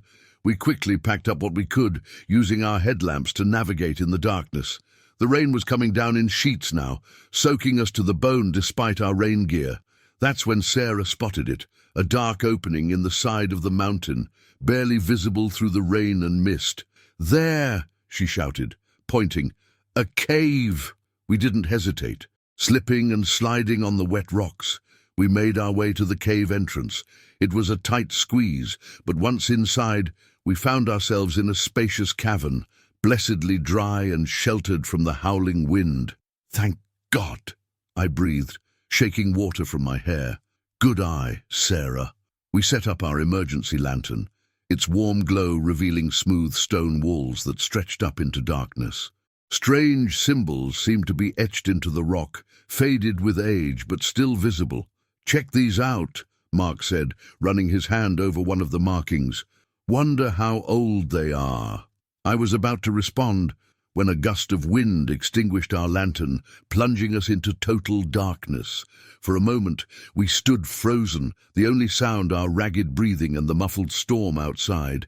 Then we heard it. A low rumbling sound, like stone grinding against stone, coming from deep within the cave. It grew louder, echoing off the walls until it seemed to come from everywhere at once. "What is that?" Sarah whispered, her voice tight with fear. Before anyone could answer, the sound stopped abruptly. The silence that followed was somehow worse, heavy with anticipation. I fumbled with the lantern, my hands shaking as I tried to relight it. When it finally flickered back to life, I almost wished it hadn't. The cave looked different somehow. The entrance we'd come through was gone, replaced by smooth, unbroken stone. That's not possible," Mark stammered, running his hands over the wall where the opening had been. "We just came through here." A chill ran down my spine as I realized the truth. We weren't in a simple cave. We were in a complex system of tunnels, and somehow, in the darkness, we'd moved deeper inside. "We need to find a way out," I said, trying to keep my voice steady. "Let's pick a direction and stick to it. We're bound to find an exit eventually." We gathered our gear and started walking, the beam of our headlamps cutting through the darkness ahead. The tunnels seemed to go on forever, twisting and turning in ways that defied logic. And those strange symbols were everywhere, growing more elaborate and unsettling the deeper we went. That's when we started hearing the sounds. At first, it was just whispers, so faint I thought I was imagining them, but they grew louder, more distinct. They didn't sound like any language I'd ever heard, more like chittering and clicking than actual words. "Please tell me you guys hear that too," Sarah said, her voice barely above a whisper. We nodded, too afraid to speak. The sounds were all around us now, seeming to come from the very walls themselves. And then came the first scream. It was unlike anything I'd ever heard before, high-pitched and inhuman, filled with a primal rage that made my hair stand on end. It echoed through the tunnels, impossibly loud in the confined space. We ran. Blind panic took over as we sprinted through the darkness, our headlamps bouncing wildly off the cave walls. I could hear something behind us, the sound of many legs scuttling across stone. The screams continued, closer now. Whatever was making them was gaining on us. We rounded a corner and found ourselves in a massive cavern. In the center stood a structure that defied explanation. A stone monolith covered in those same strange symbols, glowing with an eerie blue light. "What the hell is that?" Mark gasped, but there was no time to ponder it. The scuttling sounds were right behind us now. We turned, our headlamps illuminating a nightmare. Creatures poured into the cavern, unlike anything I'd ever seen or imagined. They were vaguely humanoid, but twisted and wrong. Multiple limbs sprouted from elongated torsos, and their faces, God, their faces were a mass of eyes and mandibles, clicking and gnashing as they advanced. One of them let out another of those bone-chilling screams, and they surged forward. "The monolith!" I yelled, not knowing why, but feeling in my gut it was our only chance. "Get to the monolith!" We sprinted across the cavern floor, the creatures hot on our heels. I could feel their hot breath on the back of my neck, hear the snap of their mandibles inches from my skin. We reached the monolith just as the creatures were upon us. As soon as my hand touched the glowing stone, the world seemed to shift. The cavern spun around us, the air itself seeming to ripple and tear. There was a blinding flash of blue light, and then silence.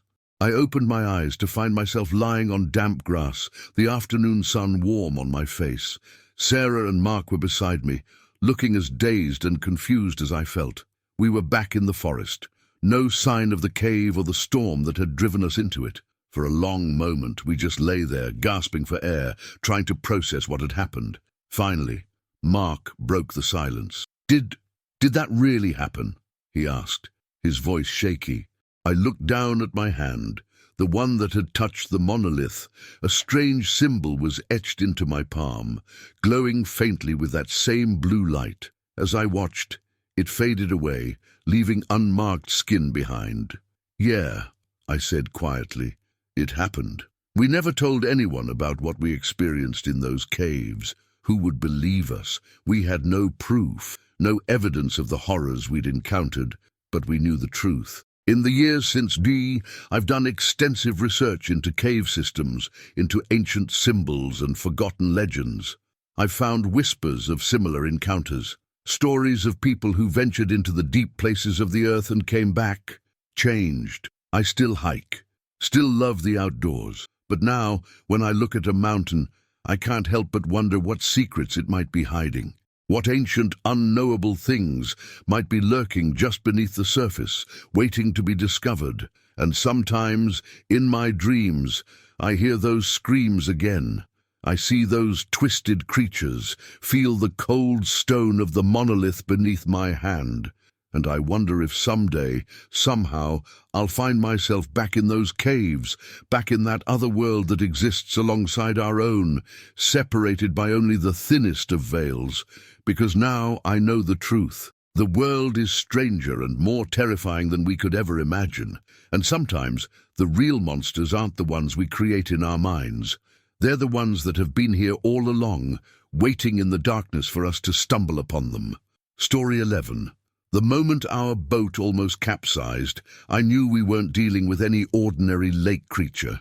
What started as a peaceful fishing trip turned into a fight for survival against something that shouldn't exist in the calm waters of Lake Champlain. My name's Mike, and I've been fishing these waters for over 30 years. I thought I knew every inch of this lake, every fish that swam in its depths, but that day in late summer showed me how little I truly understood about what lurks beneath the surface. It was a perfect morning for fishing. The sky was clear, the water calm as glass. My buddy Tom and I had set out just after dawn in my 18-foot base boat, heading for a spot near the center of the lake where I'd had good luck in the past. We'd been out for a couple of hours, the cooler already holding a decent catch, when Tom noticed something odd. "Mike," he said, pointing towards the shore. "What's that out there?" I squinted in the direction he was pointing. At first, I didn't see anything unusual, then I spotted it. A disturbance in the water, like a large wake, but there was no boat in sight. Probably just a school of fish near the surface, I said. But even as the words left my mouth, I knew that wasn't right. The disturbance was too big, too controlled. We watched as whatever it was moved through the water, leaving a V-shaped wake behind it. It was heading straight for us. "Start the engine," Tom said, his voice tight with tension. I didn't argue. Something about the situation felt wrong, and my instincts were screaming at me to get out of there. I turned the key, but the engine just sputtered and died. Come on, I muttered, trying again. Nothing. The disturbance in the water was getting closer, picking up speed. I could see now that it was big, much bigger than any fish I'd ever encountered in these waters. Suddenly, it disappeared. The wake vanished, the water becoming still once more. Tom and I exchanged a look of confusion and relief. Then it hit us. Something massive slammed into the bottom of the boat, nearly capsizing us. We grabbed onto the sides, struggling to stay aboard as water sloshed over the gunwales. "What the hell was that?" Tom yelled, his face pale with shock. Before I could answer, it hit us again, this time from the side. I caught a glimpse of something in the water, a dark shape, easily as long as our boat, moving with incredible speed and power. The next few minutes were chaos. The creature, and I was certain now that it was a creature, not some freak wave or underwater current, circled our boat, ramming us from different angles. Each impact threatened to overturn us, and I knew that if we ended up in the water, we'd be at its mercy. I managed to get to the emergency kit and pulled out a flare gun. It was a long shot, but I had to try something. The next time I saw the shape moving towards us, I fired. The flare hit the water right in front of it, illuminating the lake in a red glow. For a split second, I saw it clearly. A long, serpentine body, a head that looked almost prehistoric. Then it dove, disappearing into the depths. The attack stopped after that, but Tom and I were far from relaxed. We sat in stunned silence, scanning the water for any sign of its return. After what seemed like hours, but was probably only about 20 minutes, I tried the engine again. This time, mercifully, it started. I've never piloted my boat so fast. We fairly flew across the surface of the lake, not slowing until we reached the marina. As we tied up at the dock on shaky legs, we tried to process what had just happened. "We have to report this," Tom said as we unloaded our gear. I nodded, but I knew the reception we'd get. Lake Champlain had its fair share of monster stories. Old tales of a creature called Champ, supposedly a relative of the Loch Ness monster. But those were just stories, tourist attractions, weren't they? As expected, the local authorities were skeptical. They suggested a large fish, maybe a sturgeon, though they couldn't explain the size or the aggressive behavior. The game warden took our statement, but I could see the disbelief in his eyes. In the days that followed, I couldn't shake the memory of what I'd seen. That brief glimpse in the flare's light haunted my dreams. It hadn't been a fish or any other animal I could identify. It was something else, something that shouldn't exist in a freshwater lake in Vermont. I found myself researching cryptozoology, reading accounts of lake monsters from around the world.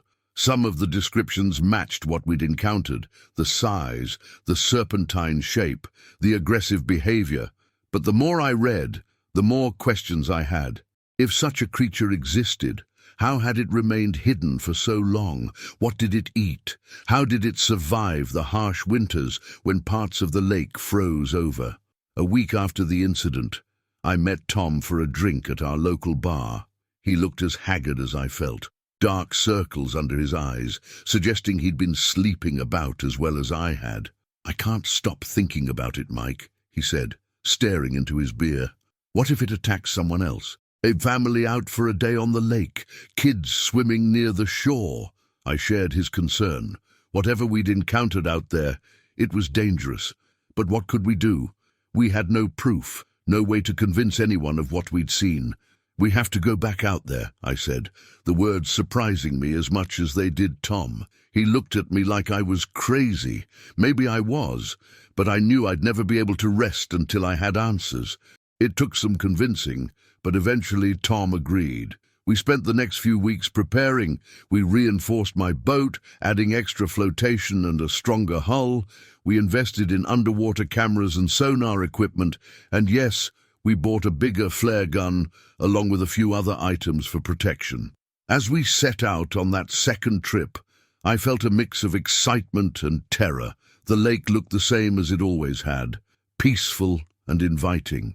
But now I knew what secrets it might hold. We returned to the spot where we'd had our encounter. For hours, nothing happened. Our sonar picked up large shapes a few times, but they always turned out to be schools of fish or submerged logs. As the sun began to set, painting the sky in brilliant oranges and pinks, I was starting to think we'd imagined the whole thing. That's when one of our cameras picked something up. At first, it was just a shadow, a darker patch moving against the murky background, but as it got closer, details emerged. A long, sinuous body, fins that looked more like flippers, and a head that seemed to belong to something from the age of dinosaurs. Tom and I watched the feed in stunned silence as the creature swam past our boat, close enough that we could have reached out and touched it. It was easily 30 feet long, possibly more.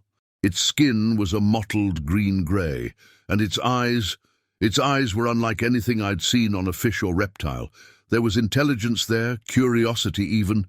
Just as suddenly as it had appeared, it was gone, leaving us with nothing but the footage and our racing hearts.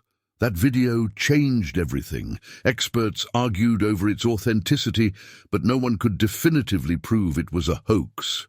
It sparked a renewed interest in Lake Champlain, bringing in researchers and cryptozoologists from around the world. As for me, I still fish these waters, but now, every time I go out on the lake, I do so with a mix of excitement and trepidation. I know that beneath the calm surface, something extraordinary swims, something that challenges our understanding of the natural world. Some say ignorance is bliss, that I should have left well enough alone. But I can't regret the knowledge I've gained. It's changed how I see not just Lake Champlain, but the world as a whole. It's a reminder that there are still mysteries out there, things beyond our current understanding. So the next time you're near a large body of water, take a moment to really look at it. And remember, just because you can't see something doesn't mean it isn't there, watching and waiting in the depths. Story 12. The moment I saw that massive, shadowy figure in my night vision camera feed, I knew I'd stumbled onto something extraordinary. What I didn't realize was that I'd also become the prey in a hunt I never signed up for.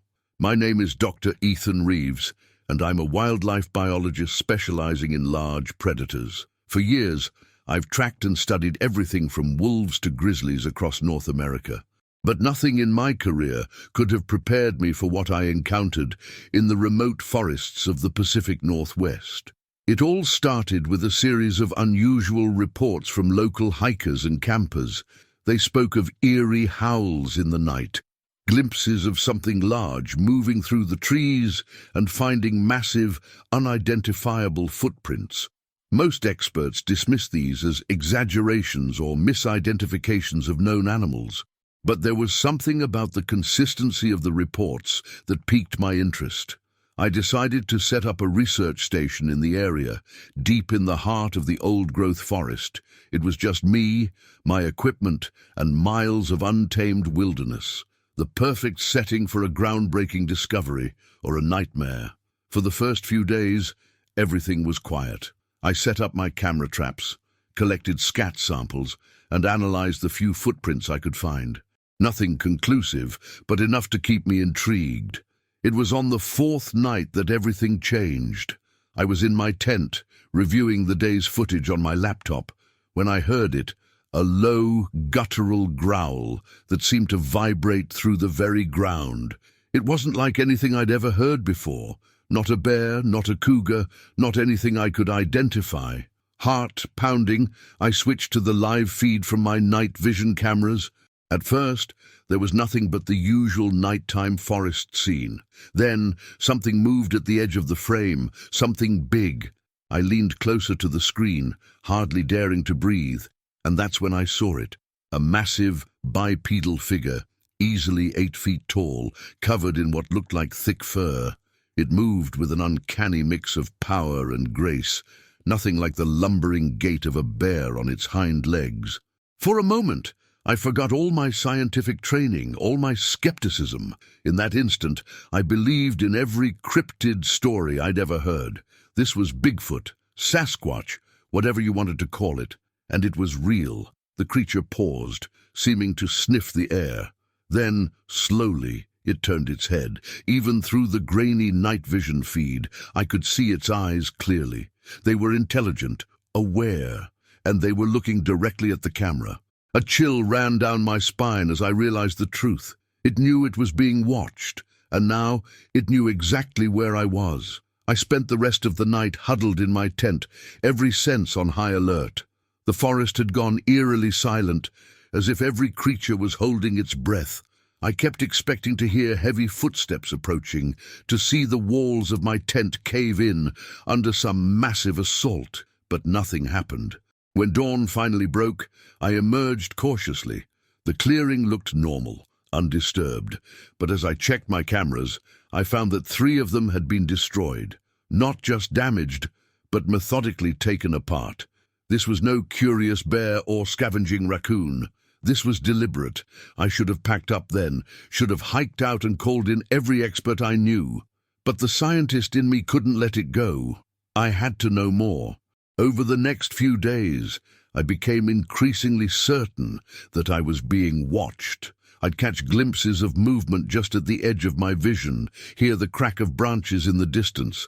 My remaining cameras captured fleeting images, a blur of dark fur, the glint of eyes in the darkness. Never a clear shot, but always enough to keep me on edge. It was playing with me, I realized, testing me, and I was failing miserably at being the objective observer. On the 7th night, I decided to take a more active approach. Armed with nothing but my camera and a powerful flashlight, I ventured into the woods.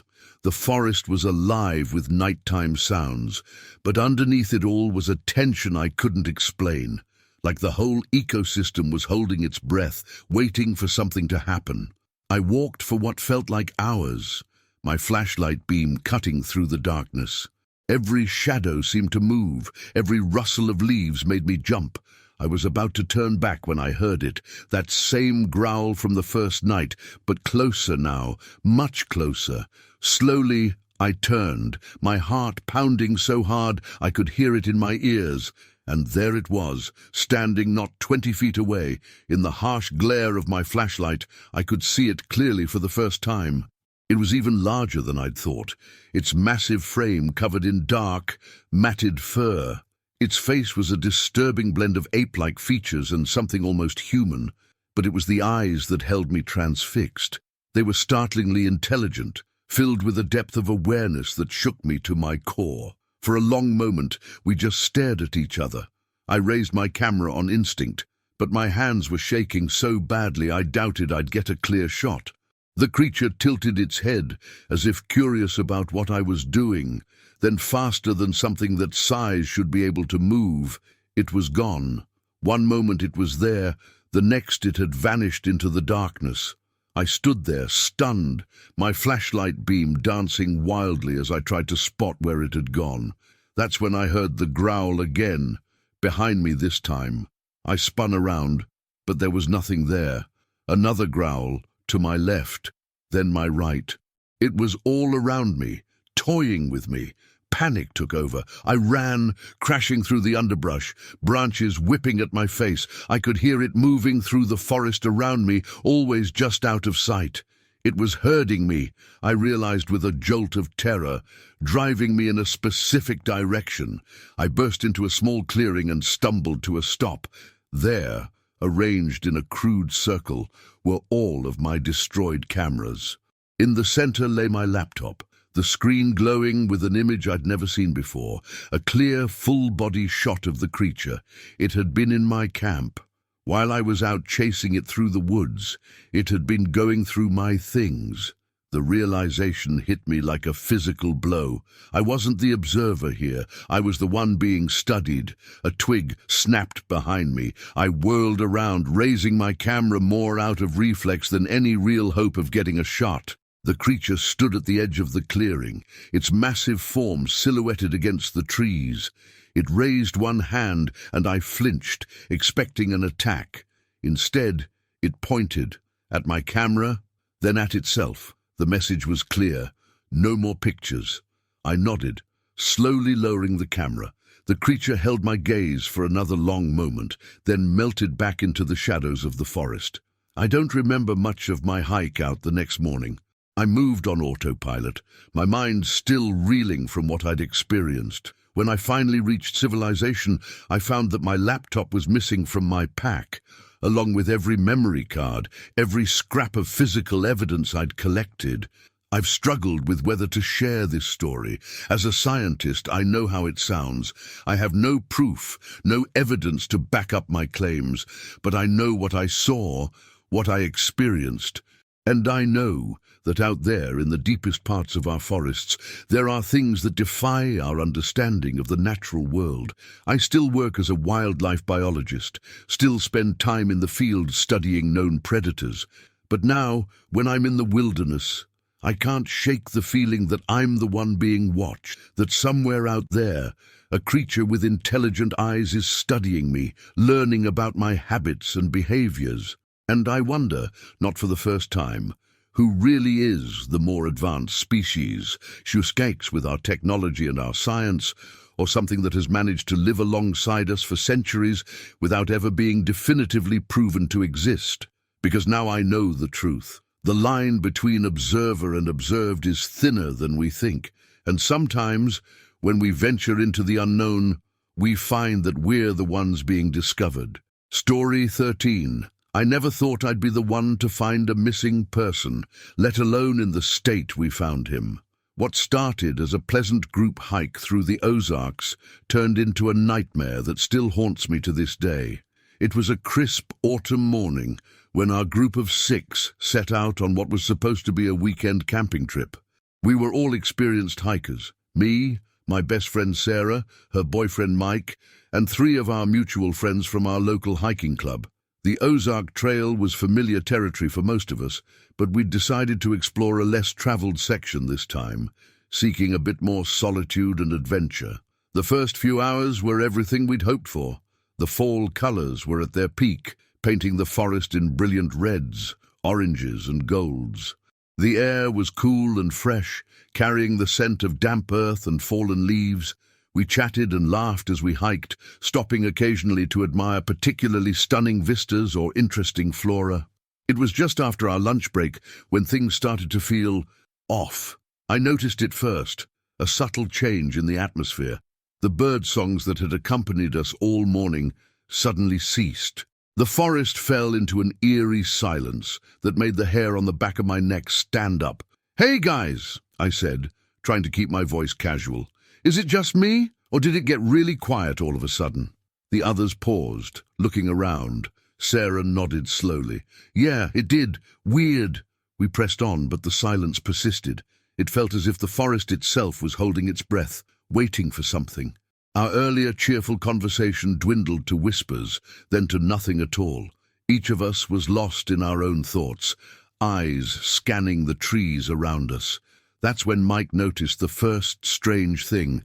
"Look at this," he called, pointing to a nearby tree. We gathered around, staring at what appeared to be claw marks gouged deep into the bark.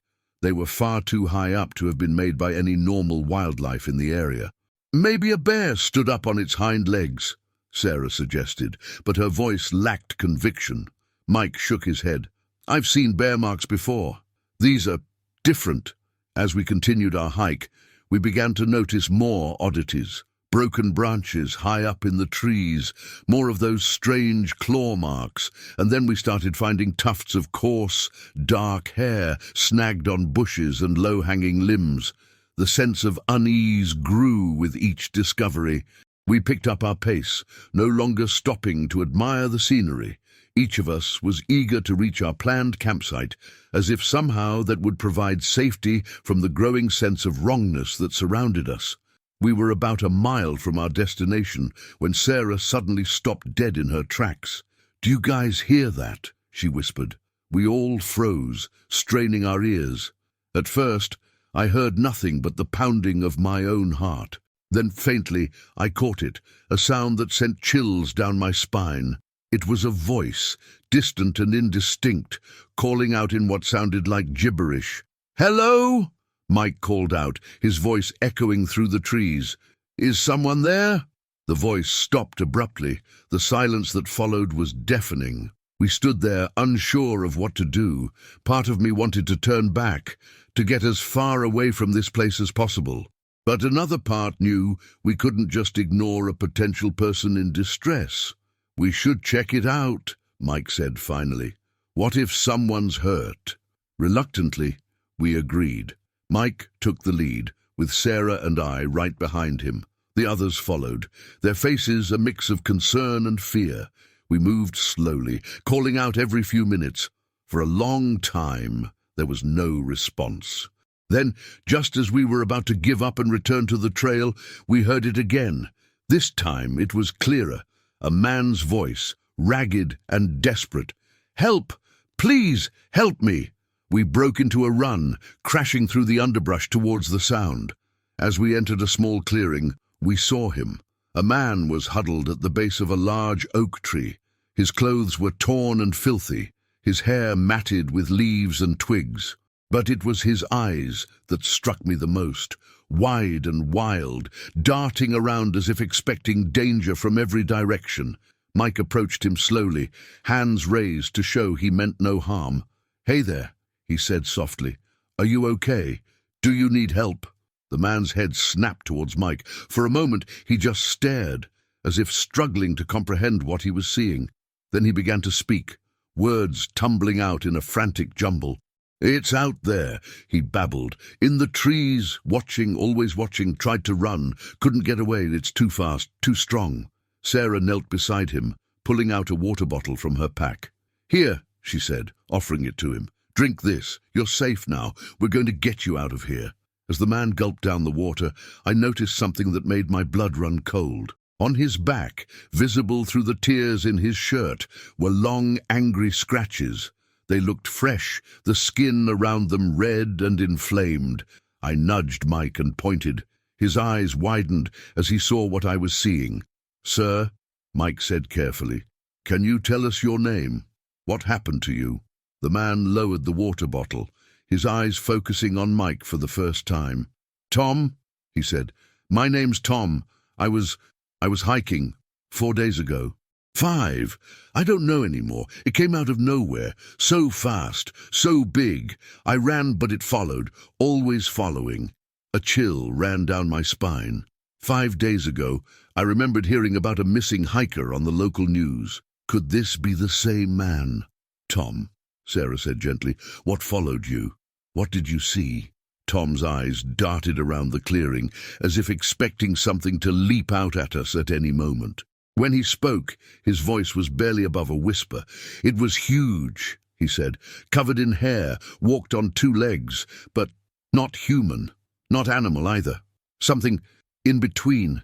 Its eyes," he shuddered, "its eyes were almost human, intelligent, hungry." We exchanged glances, unsure of what to make of Tom's story. Was this the raving of a man driven mad by days alone in the wilderness? Or had he really encountered something out here? Before we could ask any more questions, a twig snapped loudly in the forest behind us. We all whirled around, peering into the growing shadows. The sun was setting, casting long shadows through the trees. For a moment, I thought I saw something move between 2 distant trees, a large, dark shape that seemed to melt into the shadows. But when I blinked, it was gone. Tom let out a whimper. "It's here," he moaned. "And it's found me again." Mike made a quick decision. "We need to get out of here. Now, can you walk, Tom?" Tom nodded weakly. Mike and one of our other friends helped him to his feet. We quickly gathered our things and headed back towards the trail, moving as fast as we could while supporting Tom. As we walked, I couldn't shake the feeling that we were being watched. Every rustle of leaves, every snapping twig made me jump. I kept looking over my shoulder, half expecting to see some monstrous shape lurking just out of sight. We didn't stop until we reached the ranger station, hours later. The park rangers were shocked to see us emerge from the darkness with the missing hiker in tow. They immediately called for medical assistance and took our statements. We told them about finding Tom, about his injuries and his delirious state. But we left out the parts about what he claimed to have seen. Who would believe us? In the days that followed, as the story of Tom's rescue made the local news, I couldn't stop thinking about what had happened out there, about the claw marks on the trees, the strange hair we'd found, about the shape I thought I'd seen in the forest. I've been back to the Ozarks since then. The forest is as beautiful as ever. But now, when I hike those trails, I find myself constantly looking over my shoulder, and sometimes, when the wind rustles through the trees just right, I could swear I hear something moving out there, just beyond the range of my vision. I don't know what's really out there in those woods. I'm not sure I want to know, but one thing's for certain, I'll never look at those forests the same way again. Because now I know that sometimes, when you feel like you're being watched in the wilderness, you're right, and what's watching might be something beyond your wildest nightmares. Story 14. The night I saw it, standing there at the edge of my property, I knew everything was about to change. It wasn't just the size of the thing, though God knows that was terrifying enough. It was the eyes. Those weren't the eyes of some dumb animal. There was intelligence there and something else, something that made my blood run cold. My name's John Hawkins, and I've been working this farm for nigh on 30 years. I've seen my share of predators, coyotes mostly, the occasional bear, but nothing could have prepared me for what I encountered that summer. It started with the chickens. I'd wake up to find the coop in disarray, birds missing or torn apart. At first, I blamed it on foxes or maybe a particularly bold coyote. I set some traps, stayed up a few nights with my shotgun, didn't catch so much as a glimpse of the culprit. Then it was the sheep. I lost 3 in one night, found them the next morning, looking like something had just played with them, torn apart, but not eaten. That's when I knew we were dealing with something different. The local sheriff came out, took a look around. He scratched his head, mumbled something about maybe a pack of wild dogs, but I could see in his eyes he didn't believe it any more than I did. Dogs don't leave footprints the size of dinner plates. That's right, footprints. I found them in the soft earth near the sheep pen. They were huge, easily twice the size of my own boot, and they were almost human-like, but distorted, elongated, with what looked like claw marks at the tips. I called in every expert I could think of, wildlife biologists, cryptozoologists, even a couple of those paranormal investigator types. They all had their theories, but none of them could give me a straight answer. Meanwhile, the attacks continued. It wasn't just my farm either. Neighbors started reporting similar incidents. Livestock torn apart, strange noises in the night. One fella even claimed he saw something big moving through his cornfield one evening, said it was walking on 2 legs, standing at least 8 feet tall. Most folks in town laughed it off, called it mass hysteria, or maybe some prankster in a costume. But those of us who'd seen the aftermath of the attacks, who'd heard those ungodly noises in the night, we knew better. I started sleeping less, spending more and more time patrolling my property. My wife worried, said I was becoming obsessed. Maybe I was, but I knew that if I didn't do something, whatever this thing was, would eventually make its way to our house, and I wasn't about to let that happen. It was on one of those late-night patrols that I finally saw it. I was walking the perimeter of my property, shotgun in hand, when I heard a commotion from the direction of the barn. I rushed over, heart pounding, fully expecting to find another slaughtered animal. Instead, I found it. The creature was enormous, easily 8 feet tall and built like a linebacker. It was covered in thick, matted fur, dark as the night around it, But it was the face that stopped me cold.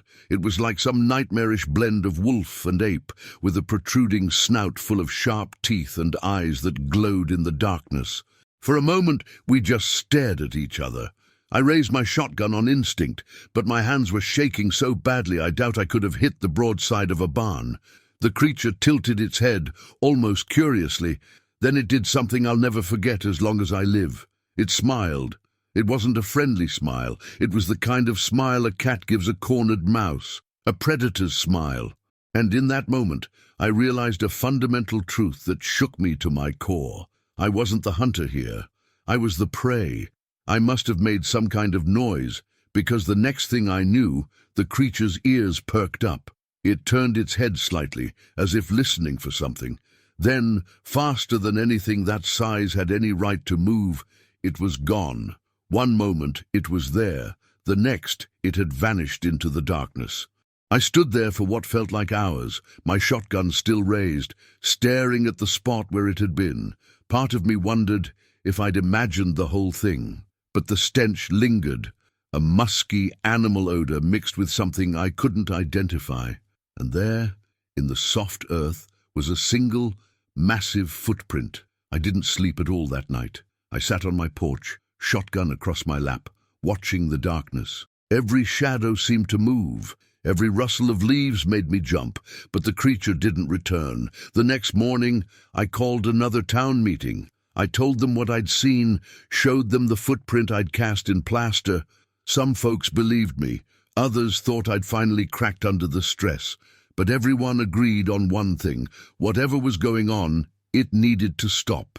We organized hunting parties, set up cameras all over the surrounding forest. For weeks, we patrolled day and night. But we never caught so much as a glimpse of the creature. It was like it had vanished into thin air. The attacks stopped, too. No more slaughtered livestock, no more strange noises in the night. After a month of nothing, folks started to relax, started to think maybe it had all been some kind of shared delusion. But I knew better. I could feel it out there, watching, waiting. It was another month before I saw it again. I was out checking the fences at dusk when I spotted movement at the tree line. I raised my binoculars, more out of habit than any real expectation, and there it was, standing just inside the forest, partially hidden by a massive oak. It was looking right at me, those intelligent eyes gleaming in the fading light. As I watched, it raised one massive, clawed hand and pressed a finger to its lips. A clear message. Keep quiet. Then it was gone, melting back into the forest like it had never been there at all. I've seen it a few more times since then, always at a distance, always just for a moment, but I know it's out there, watching, studying us. I've often wondered why it lets itself be seen. Is it curiosity, a warning, or is it something else entirely? I don't think I'll ever know for sure. Most folks in town have moved on. The attacks are just a strange memory now, a story to tell around campfires. But for those of us who know the truth, who've looked into those two intelligent eyes, life will never be the same. I still work my farm, still tend my animals and mend my fences. But now, when night falls and the forest grows dark, I find myself looking over my shoulder, listening for heavy footsteps or that low, rumbling growl. Because now I know the truth. We're not alone out here. There are things in this world that defy explanation, creatures that lurk just beyond the edge of our understanding. And sometimes, when the night is dark and the moon is high, they come out to remind us that we're not at the top of the food chain after all. So if you ever find yourself in these parts and you hear something moving in the woods at night, something big, don't investigate. Don't try to be a hero. Just get inside, lock your doors, and pray it passes you by, because out here in the deep dark of the forest, there are monsters, and they're watching us. Story 15. The scream that echoed through the darkness that night was like nothing I'd ever heard before. It wasn't human. It wasn't animal. It was something else entirely, something that made my blood run cold and changed everything I thought I knew about the world around us. My name's Alex, and I've been a nature guide for the better part of a decade. I specialize in night tours, taking tourists and nature enthusiasts into the heart of the Appalachian wilderness to observe nocturnal wildlife. I've always loved the night, the way the forest comes alive with sounds and movements that most people never get to experience. But that night in late October showed me a side of the darkness I never wanted to see. It started like any other tour. I met my group of 6 at the ranger station just as the sun was setting.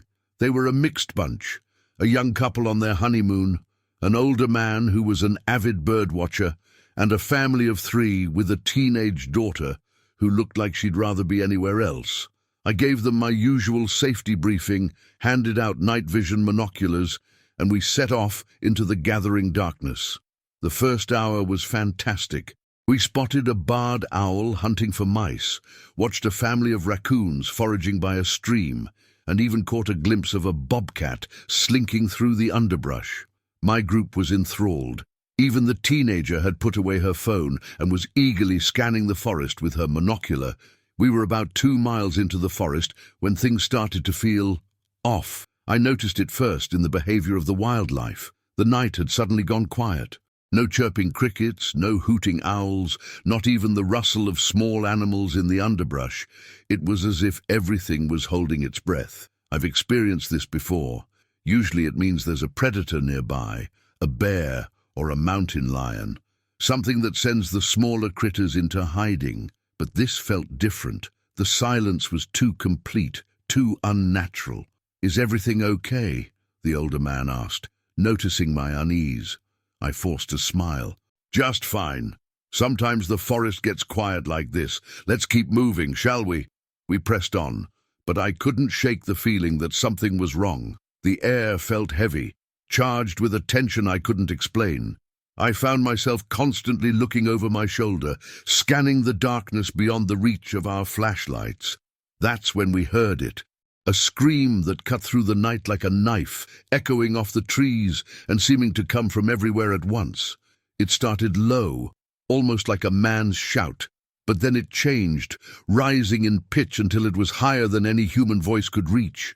It wasn't the cry of any animal I recognized, not a mountain lion's scream or a fox's bark.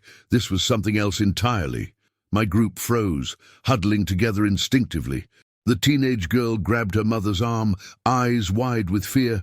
"What was that?" she whispered. I opened my mouth to respond, to offer some rational explanation, but the words wouldn't come, because the truth was, I had no idea what we'd just heard. "Probably just a fox," I said finally, trying to keep my voice steady. "They can make some pretty strange sounds, nothing to worry about." But even as I said it, I knew it wasn't true. Whatever had made that sound was no fox, and judging by the looks on my group's faces, they knew it too. "Maybe we should head back," the young husband suggested, his arm protectively around his wife. I was about to agree when we heard it again, closer this time, much closer, and now I could hear something else beneath the scream, a rhythmic sound like heavy footfalls. Something big was moving through the forest, heading straight for us. "Run!" I said, my voice barely above a whisper. When no one moved, I shouted it, "Run!" We took off down the trail, flashlight beams bouncing wildly as we ran. I could hear the thing behind us, branches snapping under its weight. It was fast, much faster than it should be for its size. I led the group off the main trail, hoping to lose our pursuer in the denser undergrowth. We crashed through bushes, leapt over fallen logs, our lungs burning with the effort. All the while, that terrible screaming continued, sometimes right behind us, sometimes off to the side, as if the thing was toying with us. I don't know how long we ran. Time seemed to lose all meaning in the face of our terror. But eventually, mercifully, we burst out of the tree line and into the parking lot of the ranger station. We didn't stop running until we were inside, slamming the door behind us. The ranger on duty jumped up from his desk, startled by our sudden entrance. "What's going on?" he demanded, taking in our disheveled appearance and panicked faces. I tried to explain, but how could I describe what we'd experienced? A screaming thing that chased us through the woods. It sounded insane, even to my own ears. In the end, we gave a watered-down version of events. We'd heard strange noises, gotten spooked, and decided to cut the tour short. The ranger seemed skeptical but didn't press the issue. He offered to call in additional rangers to search the area, but I declined. The thought of anyone going into those woods tonight made my stomach churn. I spent the next hour calming my group down, offering weak explanations and assurances. But I could see in their eyes that they knew, as I did, that what we'd encountered out there was something beyond the ordinary. As they drove away, I sat in my truck, trying to process what had happened. I've spent countless nights in these woods. I know every animal call, every natural sound. What we heard tonight, it wasn't natural. And the way it moved, the intelligence it seemed to display as it herded us through the forest. It was like nothing I'd ever encountered. In the days that followed, I couldn't stop thinking about that night. I researched local folklore, delved into cryptozoology websites, anything that might offer an explanation. I found plenty of stories, tales of Bigfoot, of Wendigos, of things that lurked in the dark places of the world, but nothing quite matched what we'd experienced. I debated whether to report it officially, but what would I say? That I'd heard a scary noise in the woods, that I had a feeling something was out there. Without proof, I'd be laughed out of the ranger station. A week after the incident, I met up with the older man from the tour group. He'd called, asking to talk about what had happened. We met at a local diner away from the forest and the memories it now held. "I've been hiking these woods for 40 years, he told me, his eyes serious. And never heard anything like that, never felt anything like that. It was wrong somehow, like it didn't belong." I nodded, relieved to hear someone else put into words what I'd been feeling. "What do you think it was?" I asked. He shook his head slowly. "I don't know, and I'm not sure I want to know, but I do know this. There are things out there, things we don't understand, and maybe we're not meant to understand them." His words stuck with me. In the months since that night, I've continued to lead tours, but things are different now. I'm more cautious, more aware of the shadows at the edge of my flashlight beam. I find myself listening not just for the familiar sounds of the forest, but for that terrible scream. I haven't heard it again. But sometimes, when the night is particularly dark and the forest particularly quiet, I feel it, a presence, a watchfulness. And I know, deep in my bones, that it's out there, waiting, watching. So if you ever find yourself in the woods at night, and you hear a sound that makes your hair stand on end and your heart race, don't dismiss it. Don't try to rationalize it away. Because there are things in this world that defy explanation, things that lurk in the spaces between what we know and what we fear to know. And sometimes, just sometimes, they let us know they're there. Story 16. The first scream that echoed through the forest made us freeze. The second one made us huddle closer. By the third, we knew we weren't alone in these woods, and whatever was out there wasn't human. My name is Liam, and I'm a graduate student in anthropology. What started as an exciting research project into local folklore turned into the most terrifying night of our lives. It was supposed to be a simple overnight camping trip. Me and 4 of my classmates, Jen, Mike, Sarah, and Alex, had come to the Blackwood Forest to investigate the legends of the Howling Hills. Local stories told of strange creatures that roamed these woods, making unearthly noises that could drive a person mad. We thought it would make for an interesting paper on the evolution of regional myths. We had no idea how wrong we were. We arrived at the campsite late in the afternoon. It was a small clearing surrounded by ancient trees, their branches seeming to reach for us like gnarled fingers. As we set up our tents, I couldn't shake the feeling that we were being watched. "Hey, did you guys hear that?" Sarah asked as we gathered around the campfire that evening. We all fell silent, straining our ears. For a moment, there was nothing but the crackle of the fire and the rustle of leaves in the breeze. Then we heard it. A low, mournful howl in the distance. "Probably just a wolf," Mike said with a shrug, but his voice lacked conviction. "There haven't been wolves in these parts for over a century," Jen pointed out, her brow furrowed. We tried to laugh it off, but the sound had put us all on edge. As night fell, we huddled closer to the fire, sharing stories about the legends we'd come to study. Tales of shapeshifters, of creatures that were neither man nor beast, of things that hunted in the darkness. It was just past midnight when we heard the first scream. It came from somewhere deep in the forest, a high-pitched wail that sent shivers down my spine. It didn't sound like any animal I'd ever heard. It was almost human, but distorted, filled with a primal rage that made my hair stand on end. We all jumped to our feet, looking around wildly. "What the hell was that?" Alex whispered, his face pale in the firelight. Before anyone could answer, another scream ripped through the night, closer this time. It was followed by another, and another, until the air was filled with an otherworldly chorus of howls and shrieks. "We need to get out of here," I said, trying to keep my voice steady. "Now!" We scrambled to grab our essentials, abandoning the tents and most of our gear. The screams were getting closer, seeming to come from all around us now. As we fumbled with our backpacks, I saw something move at the edge of our campsite. "Guys!" I breathed, pointing with a shaking hand. They were there, just beyond the reach of our firelight, dark shapes, moving with an unnatural fluidity. I caught glimpses of glowing eyes, of elongated limbs that seemed to bend in impossible ways. For a moment, we stood frozen, staring at the shapes that circled our camp. Then one of them let out another of those bone-chilling screams, and we ran. We crashed through the underbrush, our flashlights bouncing wildly as we tried to find the trail that led back to our car. The forest seemed to come alive around us, branches reaching out to snag our clothes, roots rising up to trip us. I could hear them behind us, moving through the trees with terrifying speed. Every so often, one of those unearthly screams would pierce the air, spurring us to run faster. "The car can't be far now," Jen gasped as we stumbled through a small clearing. But as we reached the other side, we realized with growing horror that nothing looked familiar. In our panic, we'd run in the wrong direction. We were lost in the depths of Blackwood Forest, with those things closing in on us. "What do we do?" Sarah sobbed, clutching my arm. I was about to suggest we keep moving when I saw it. A cave entrance, half hidden behind a curtain of vines. Without thinking, I pulled the group towards it.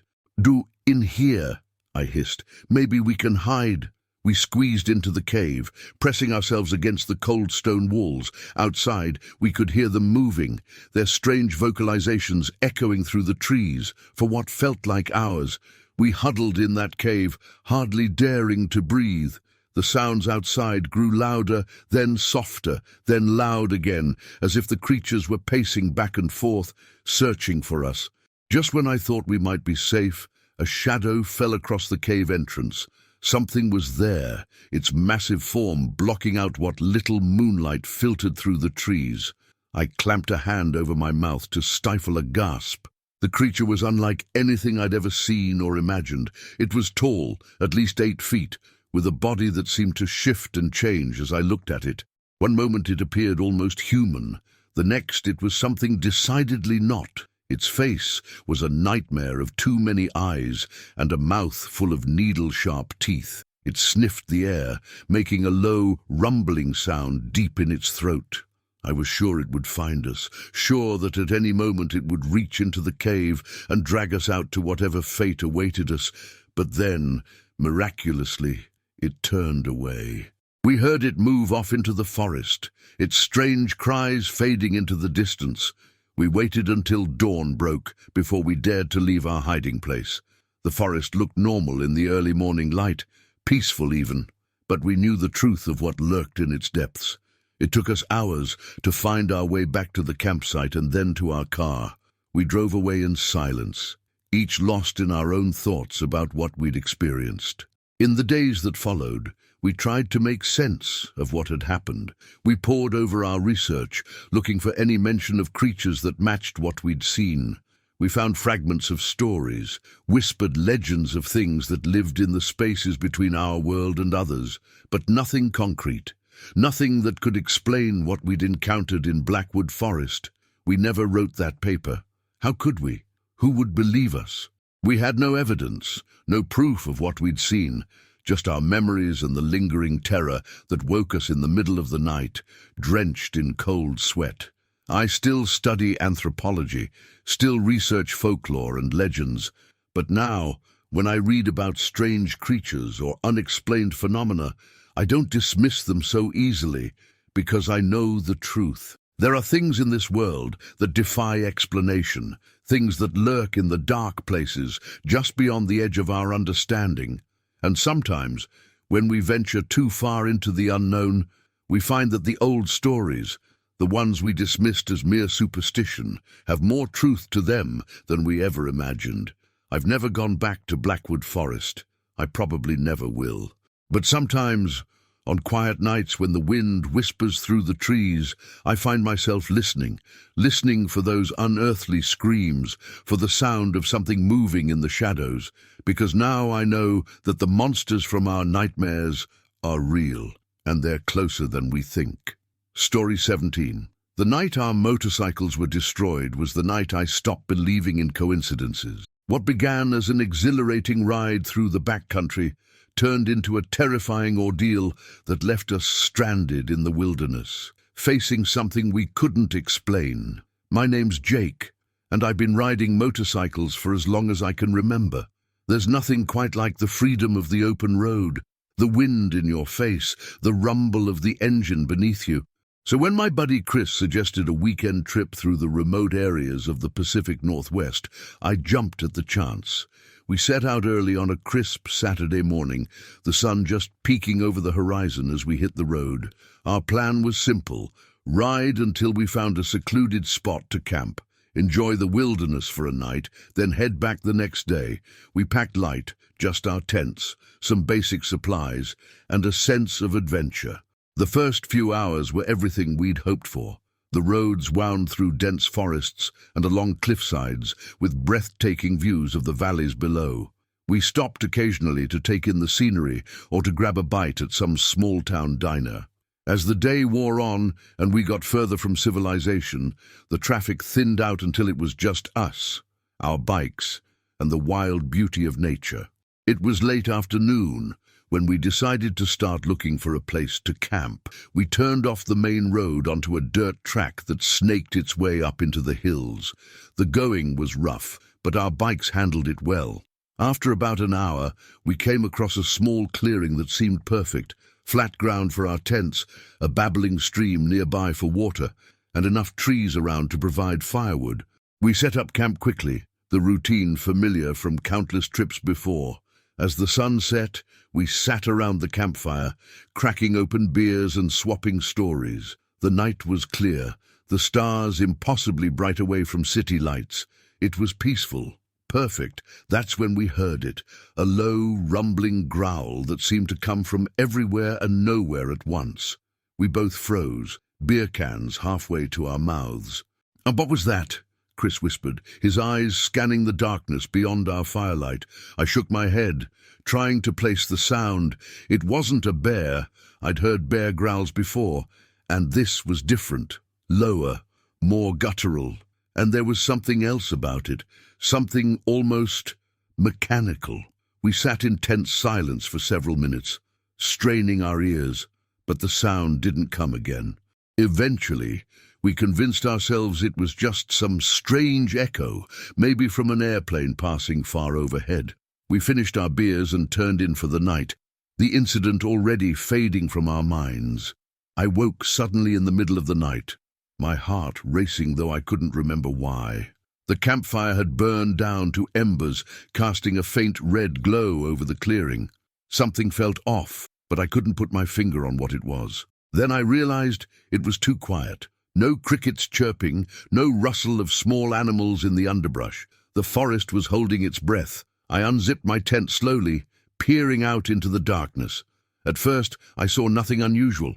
Then my eyes adjusted, and I noticed something that made my blood run cold.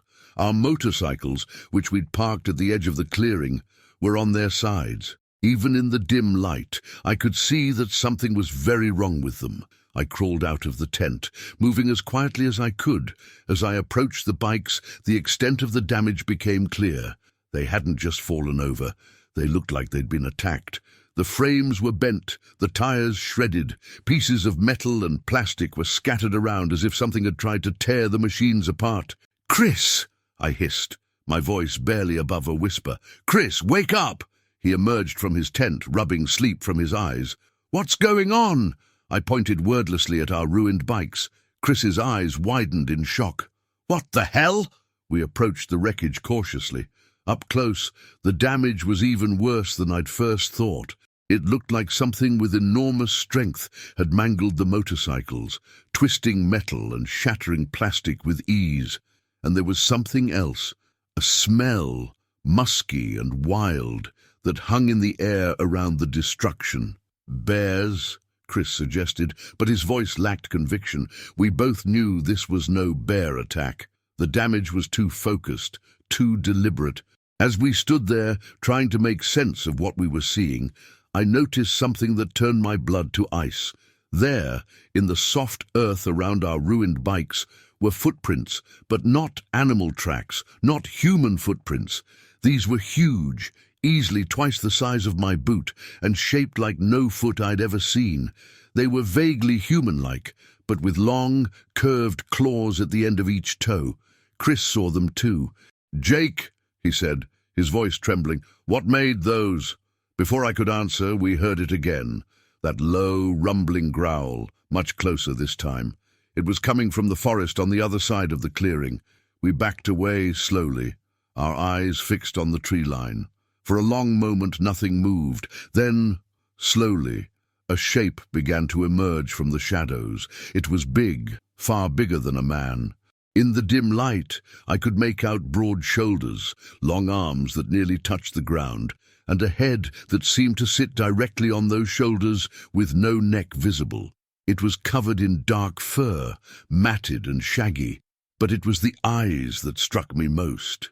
They caught the faint red glow from our dying campfire, gleaming with an intelligence that was decidedly not animal. Those eyes locked onto us, and I knew with a certainty that chilled me to my core that this thing, whatever it was not just some undiscovered animal. There was purpose in those eyes, calculation. For what felt like an eternity, we stood frozen, locked in a staring contest with this impossible creature. Then, without warning, it let out a roar that shook the very air around us. The sound was like nothing I'd ever heard before, part animal bellow, part mechanical shriek. It was the same sound we'd heard earlier, but 100 times louder, 100 times more terrifying. We ran. There was no discussion, no plan. Pure instinct took over and we bolted, crashing through the underbrush, our only thought to get as far away from that thing as possible. I could hear it behind us, moving through the forest with a speed that seemed impossible for its size. Branches snapped like twigs under its weight, and that terrible roar echoed through the trees. I don't know how long we ran. Time lost all meaning in the face of our terror. We stumbled through streams, scrambled over fallen logs, our lungs burning and our legs aching. But always, that thing was behind us. Sometimes it seemed to fall back, and hope would surge that we'd lost it. Then we'd hear it again, closer than ever, and our fear would redouble. Dawn was just beginning to lighten the sky when we finally broke out of the forest onto a paved road. A car was approaching, and we waved our arms frantically. The driver, an elderly man on his way to an early shift at a nearby lumber mill, took one look at our wild eyes and torn clothes and pulled over. As we sped away in his truck, I looked back at the forest. For a moment, I thought I saw something at the tree line, a large, dark shape watching us go. Then it was gone, melting back into the shadows of the woods. The authorities were skeptical of our story, of course. They suggested bear attack, or maybe some locals vandalizing our bikes as a prank. When we mentioned the footprints, the strange roar, the glimpse of the creature, they exchanged looks that clearly said they thought we were crazy, or drunk, or both. In the end, we stopped trying to convince them. We knew what we'd seen, what we'd heard, and we knew that somewhere out there in the vast wilderness of the Pacific Northwest, something was lurking. Something that defied explanation, that challenged everything we thought we knew about the natural world. I still ride motorcycles, but I stick to well-traveled roads now. And if I'm ever out at night and I hear a low, rumbling growl that sounds not quite animal, not quite machine, I don't stop to investigate. I ride on as fast as I can and I don't look back. Because I know what might be waiting in the shadows, watching with those two intelligent eyes, and I know that not all mysteries are meant to be solved, not all unknowns are meant to be known. So if you're ever out in the wilderness, and you hear something that doesn't quite fit, something that raises the hair on the back of your neck, don't dismiss it. Don't try to rationalize it away. Because there are things out there, things that lurk in the spaces between what we know and what we fear to know, and sometimes they let us know they're there. Story 18. The moment I saw those trees, bent and twisted in ways that defied nature, I knew we'd stumbled into something beyond our understanding, but it wasn't until I saw those glowing eyes in the darkness that I realized we might not make it out alive. My name's Jake, and I've been a mountain guide for over a decade. I've led hundreds of expeditions through some of the most challenging terrains in North America, but nothing in my experience could have prepared me for what we encountered in the remote wilderness of the Cascade Range. It was supposed to be a routine 5-day trek, challenging enough to give my clients a sense of adventure, but nothing I couldn't handle. The group was small, just 4 people. Sarah, a tech executive looking to disconnect, Mike and Lisa, a married couple celebrating their anniversary, and Tom, a college student with more enthusiasm than experience. The first 2 days went smoothly. We hiked through beautiful old-growth forests, crossed crystal-clear streams, and camped under star-filled skies. Everyone was in high spirits, marveling at the untouched beauty of the wilderness. It was on the 3rd day that things started to feel off. We'd veered slightly off our planned route, following a game trail that I thought would lead us to a spectacular viewpoint. The forest had grown denser, the trees pressing in close on either side of the narrow path. An unnatural silence had fallen over the woods, no birdsong, no rustle of small animals in the underbrush. Just the crunch of our boots on the forest floor and our own labored breathing as we climbed. "Jake," Sarah called from behind me, her voice tight with tension. "Does something feel wrong to you?" I was about to reassure her when I saw it, a clearing up ahead. But as we drew closer, my words died in my throat. The trees surrounding the clearing were wrong. They were bent and twisted, their trunks and branches contorted into shapes that seemed to defy the laws of nature. It looked like something massive had come through and simply reshaped the forest to its will. "What the hell?" Mike whispered, voicing what we were all thinking. I'd never seen anything like it. The trees formed crude, spiraling patterns, creating a sort of natural amphitheater. At the center of the clearing stood a large, flat rock that looked almost like an altar. "We should go back," Lisa said, tugging on Mike's arm. "This place gives me the creeps." I was inclined to agree, but as I turned to lead the group back the way we'd come, I realized with a sinking feeling that the path had disappeared. The twisted trees had closed in behind us, leaving no sign of the trail we'd followed. "Okay, don't panic," I said, trying to keep my voice calm, even as my heart raced. "We'll find another way around."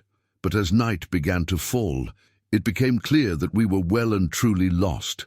The forest seemed to shift around us, landmarks disappearing or changing every time we looked away. It was as if the very landscape was alive, toying with us. With no other choice, we made camp in the eerie clearing, huddling close to our fire as darkness fell. No one spoke much as we ate our meager dinner. The atmosphere was thick with tension, everyone jumping at every snapping twig or rustle of leaves. It was just past midnight when we heard it, a low, rumbling growl that seemed to come from everywhere and nowhere at once. We scrambled to our feet, forming a tight circle around the fire. "What was that?" Tom asked, his voice cracking with fear. Before I could answer, I saw them. Eyes. Dozens of pairs of glowing eyes surrounding our camp just beyond the reach of our firelight. They were set high, much higher than any known predator in these woods. "Get behind me," I said, drawing the hunting knife from my belt. It felt painfully inadequate against whatever was out there, but it was all we had. For what felt like hours, we stood there, frozen in terror as those eyes watched us. Occasionally, one pair would blink out, only to reappear in a different spot. They were toying with us, I realized, like a cat playing with a mouse before the kill. Then, without warning, one of the creatures stepped into the light. I heard Sarah's sharp intake of breath, felt Tom stumble back against me. The thing before us was like nothing I'd ever seen. It stood easily 8 feet tall, its body a twisted amalgamation of human and animal features. Matted fur covered its muscular frame, and its face, God. Its face was a nightmare of 2 sharp teeth and glowing, intelligent eyes. It tilted its head, studying us with an almost curious expression. Then it opened its mouth and let out a sound that will haunt me for the rest of my days. A scream that was part animal roar, part human wail. The others answered, their cries echoing through the forest until the air was filled with that terrible sound. And then they attacked. What followed was chaos. We ran, crashing through the twisted trees, our screams mixing with the howls of our pursuers. I could hear them all around us, moving with impossible speed through the forest. I lost track of the others in the darkness. I could hear their screams, growing more distant as we were separated. Part of me wanted to go back, to try and help them. But the primal part of my brain, the part focused solely on survival, kept me running. I don't know how long I ran. Hours, maybe. My lungs burned, my legs felt like lead, but every time I thought I couldn't go on, I'd hear one of those inhuman screams behind me, spurring me to find new reserves of energy. Just when I thought I couldn't take another step, I burst out of the trees onto a rocky outcropping. Below me, I could see lights, a small town nestled in the valley. Civilization, safety. I chanced to look back. The forest was still, silent. No sign of pursuit, but I could feel them watching, waiting just beyond the tree line. I made my way down to the town, stumbling into the local sheriff's office just as dawn was breaking. I must have looked a sight, clothes torn, covered in scratches and bruises, wild-eyed with terror. I told them everything, about the twisted trees, the glowing eyes, the creatures that defied description. They listened politely, but I could see the doubt in their eyes. They sent out search parties, of course, but they found nothing. No sign of my clients, no twisted trees, no evidence of the nightmare I'd experienced. The official report chalked it up to a tragic accident.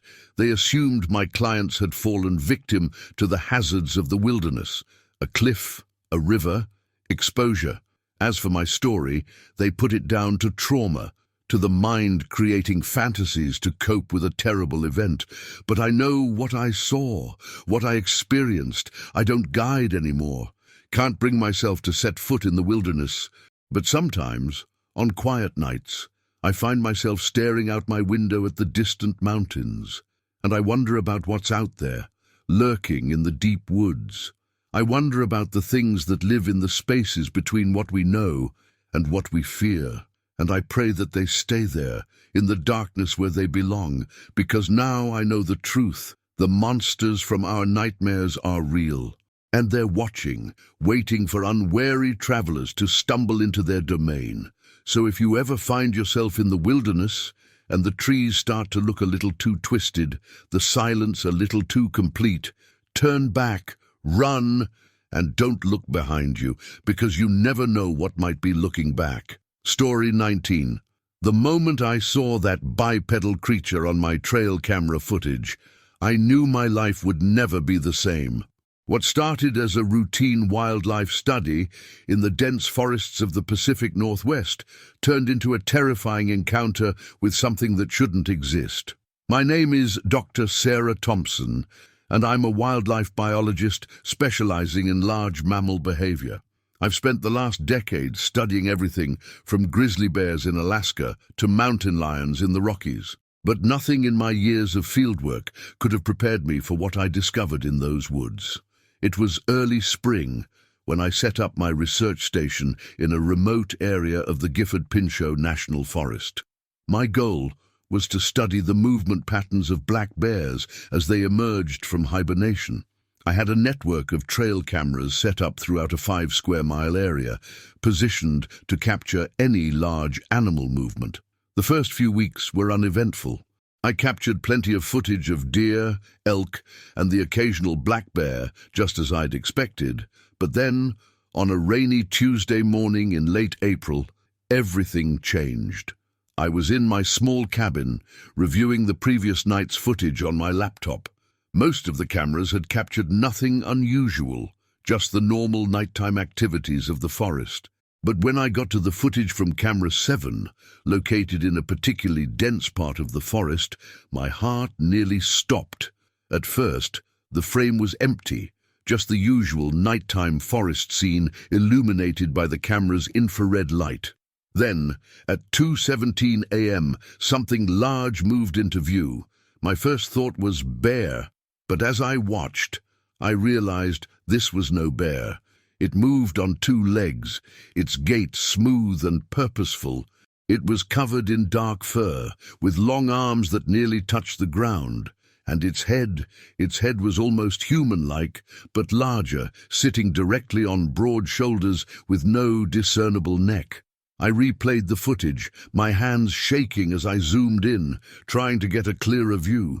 But the creature moved too quickly, passing through the camera's field of view in just a few seconds. All I was left with were blurry stills of something that shouldn't exist. I spent the rest of the day poring over that footage, analyzing every frame. I tried to convince myself that it was just a bear walking oddly, or maybe even a person in a costume. But deep down, I knew that wasn't the case. This was something else entirely. That night, I barely slept. Every sound from the forest outside my cabin made me jump. I kept replaying the footage in my mind, trying to make sense of what I'd seen. By morning, I had made a decision. I had to go out there and check the camera in person. Maybe there would be tracks or hair samples, something to prove that what I'd seen was real.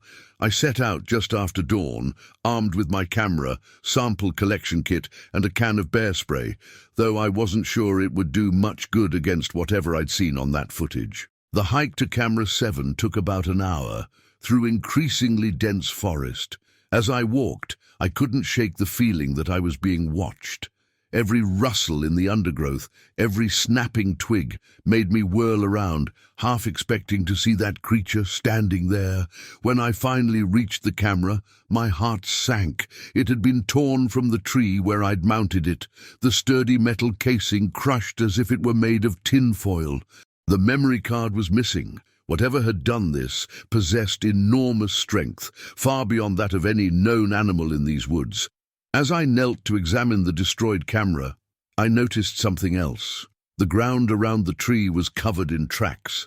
The same type of tracks I'd seen in the video. They were huge, easily twice the size of my own boot print, with 5 toes ending in what looked like sharp claws. I took photos and made plaster casts, my scientific training kicking in despite my growing fear. That's when I heard it, a low, guttural sound that was neither fully animal nor human.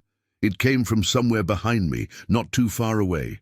Every instinct screamed at me to run, but I forced myself to turn slowly, scanning the trees. At first, I saw nothing. Then, a movement caught my eye. About 50 yards away, partially hidden behind a massive pine, was a dark shape. As I watched, frozen in fear, it moved. Just a slight shift, but enough for me to see that it was the creature from the video. It was real, and it was right there, watching me. For a moment that felt like an eternity, and we stared at each other. I could feel its gaze on me, intelligent and curious. There was no aggression in its posture, but the sheer alienness of it, the wrongness of its existence, filled me with a primal terror. Then, as silently as it had appeared, it was gone, melting into the shadows of the forest with an ease that belied its size. I stood there for several minutes, my heart pounding before I could bring myself to move. When I finally did, I ran all the way back to my cabin, not stopping until I had locked the door behind me. The rest of that day passed in a blur. I reviewed my photos of the tracks, examined the plaster casts I'd made. Everything pointed to the reality of what I'd seen, yet my mind rebelled against the possibility. Such a creature couldn't exist. It went against everything I knew about evolution, about the natural world. As night fell, I found myself jumping at every sound from the forest. Sleep was impossible. I sat by the window, a cup of cold coffee in my hands, staring out into the darkness. And as I watched, I saw them, two reflective eyes, glowing in the faint moonlight, watching me from the edge of the clearing. They were too high off the ground to belong to any known animal. I must have dozed off at some point, because the next thing I knew, it was dawn. The eyes were gone, but as I stepped outside, I saw the tracks. They circled my cabin, coming right up to the window where I'd been sitting. Whatever this creature was, it had been mere feet away from me as I slept. That was the moment I knew I couldn't stay. As much as the scientist in me wanted to study this creature, to understand it, the human in me was terrified. I packed up my equipment as quickly as I could and left, my tires kicking up gravel as I sped down the forest road. But leaving the forest didn't mean leaving the mystery behind. In the weeks that followed, I found myself obsessing over what I'd seen. I scoured scientific journals, cryptozoology websites, anything that might offer an explanation. I found plenty of Bigfoot stories, of course, but none quite matched what I'd encountered. This creature had been different, more intelligent, more purposeful in its actions. I debated whether to go public with my findings. I had the track casts, the photos, my own eyewitness account, but I knew how the scientific community would react. Without concrete proof, DNA samples, clear video footage, I'd be laughed out of academia. My career, my reputation, everything I'd worked for would be destroyed. So I kept it to myself, locked away the evidence in a safe deposit box, and tried to move on with my life. But I couldn't forget. Every time I went into the woods, every time I heard an unexplained sound in the night, I thought of those eyes watching me from the darkness. Months passed. I threw myself into my work, taking on projects far from the Pacific Northwest, but the memory of that creature haunted me. I found myself looking for signs of it everywhere, jumping at shadows, seeing things that weren't there. Then, almost a year to the day after my encounter, I received an email. It was from a colleague, a respected primatologist working in Sumatra. Attached was a video file and a short message. "Sarah, I think you need to see this. What the hell is it?" With shaking hands, I opened the video. The footage was grainy, clearly taken from a distance with a handheld camera, but there was no mistaking what it showed: a large, bipedal creature moving through the jungle. It was similar to what I'd seen, but not identical.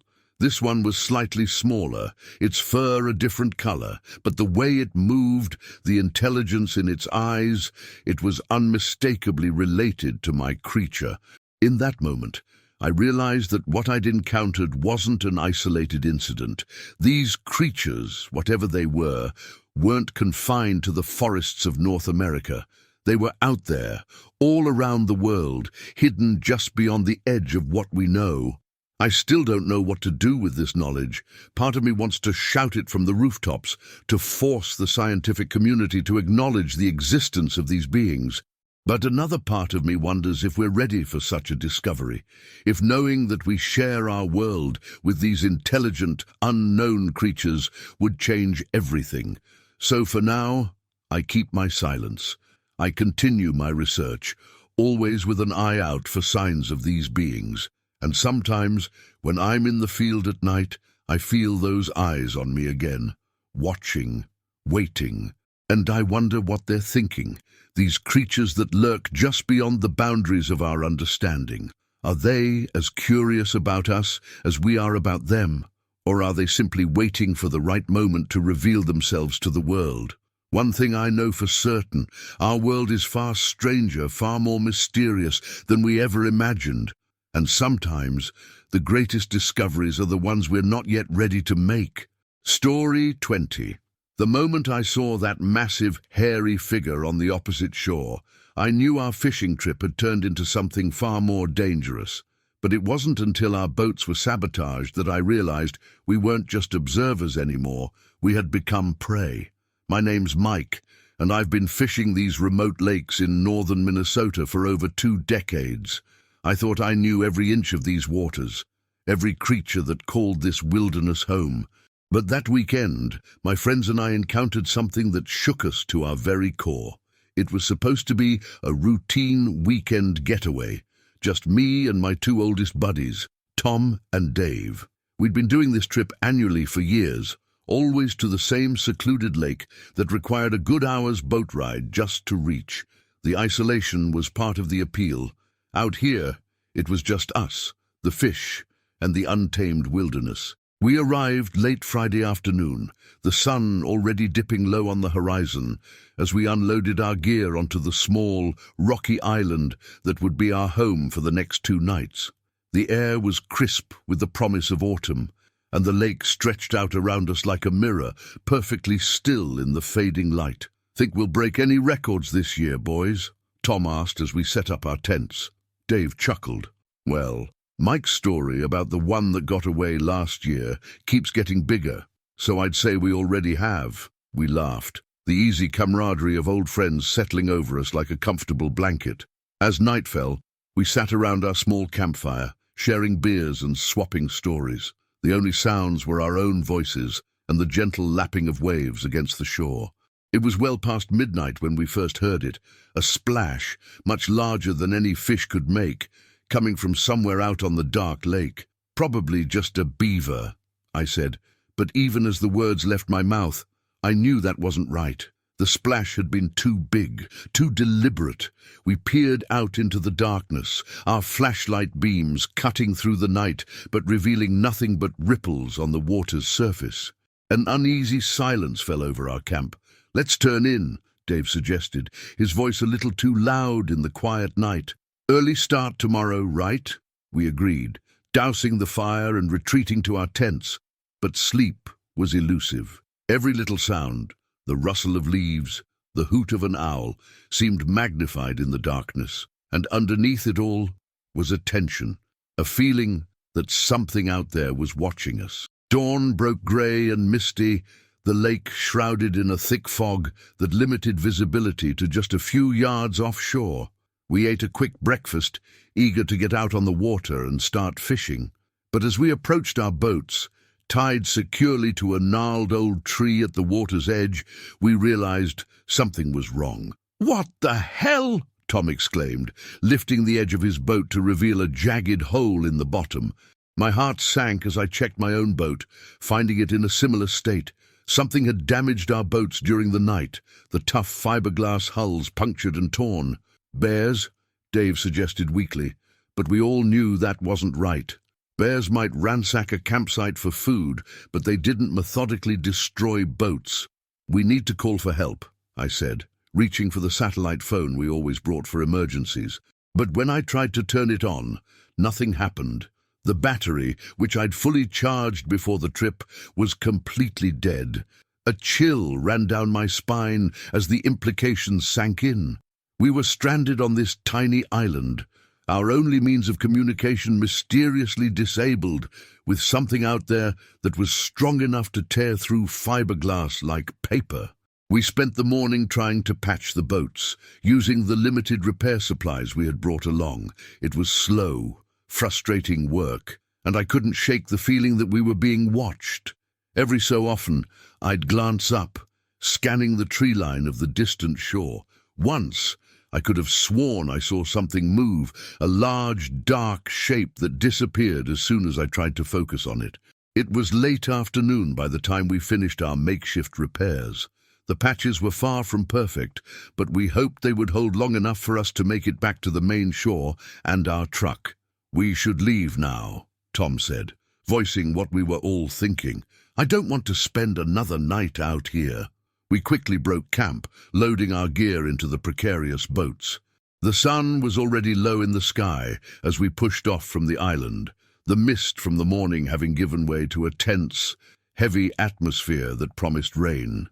We had barely made it 100 yards from the island when I heard it, a low, rumbling growl that seemed to come from everywhere and nowhere at once.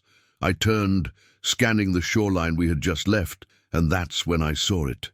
There, standing at the water's edge, was a figure that defied belief. It was massive, easily 8 feet tall, covered in thick, matted fur, but it wasn't a bear or any other animal I recognized. It stood on 2 legs, its body a nightmarish blend of human and beast. "Oh my God," Dave whispered, his face pale with shock. The creature tilted its head, regarding us with eyes that glowed in the fading light. Then, with a speed that belied its size, it plunged into the water. "Paddle!" I yelled, my voice cracking with fear. "Paddle like hell!" We dug our oars into the water, desperation giving us strength, but our patched boats were sluggish, taking on water even as we pushed them to their limit.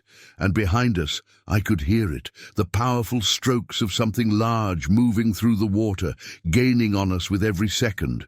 The opposite shore seemed impossibly far away. Rain began to fall, fat drops that quickly turned into a downpour, further hampering our frantic escape. Lightning flashed, illuminating the lake in brief, terrifying snapshots.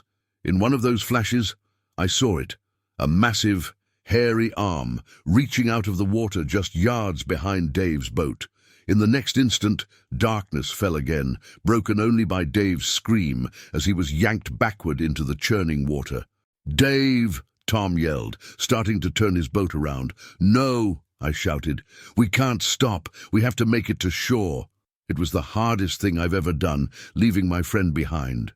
But some primal part of my brain knew that if we stopped, if we hesitated for even a moment, we were all dead. We paddled with everything we had, our arms burning, our lungs heaving. Behind us, I could hear splashing, growls, sounds that I'll hear in my nightmares for the rest of my life. Finally, after what seemed like hours but was probably only minutes, our boat scraped against the rocky shore.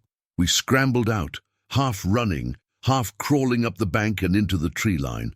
Only then did we dare to look back. The lake was calm again, the rain slowing to a drizzle. There was no sign of Dave, no sign of the creature, just the gentle lapping of waves against the shore. We spent a nightmare-filled night huddled in the woods, jumping at every sound. At first light, we hiked out, following old logging roads until we reached a small town. The local authorities were skeptical of our story, attributing our terror and Dave's disappearance to a tragic boating accident in bad weather. They searched the lake, of course, found our island campsite, our damaged boats, but they found no trace of Dave, and certainly no evidence of the creature we'd seen. In the years since, I've tried to make sense of what happened that night. I've researched cryptids, local legends, anything that might explain what we encountered. I found stories, whispered tales of something that lives in the deep woods and wild lakes of the north, something that's not quite man, not quite beast. I don't fish anymore. Can't bring myself to set foot in a boat or near a lake.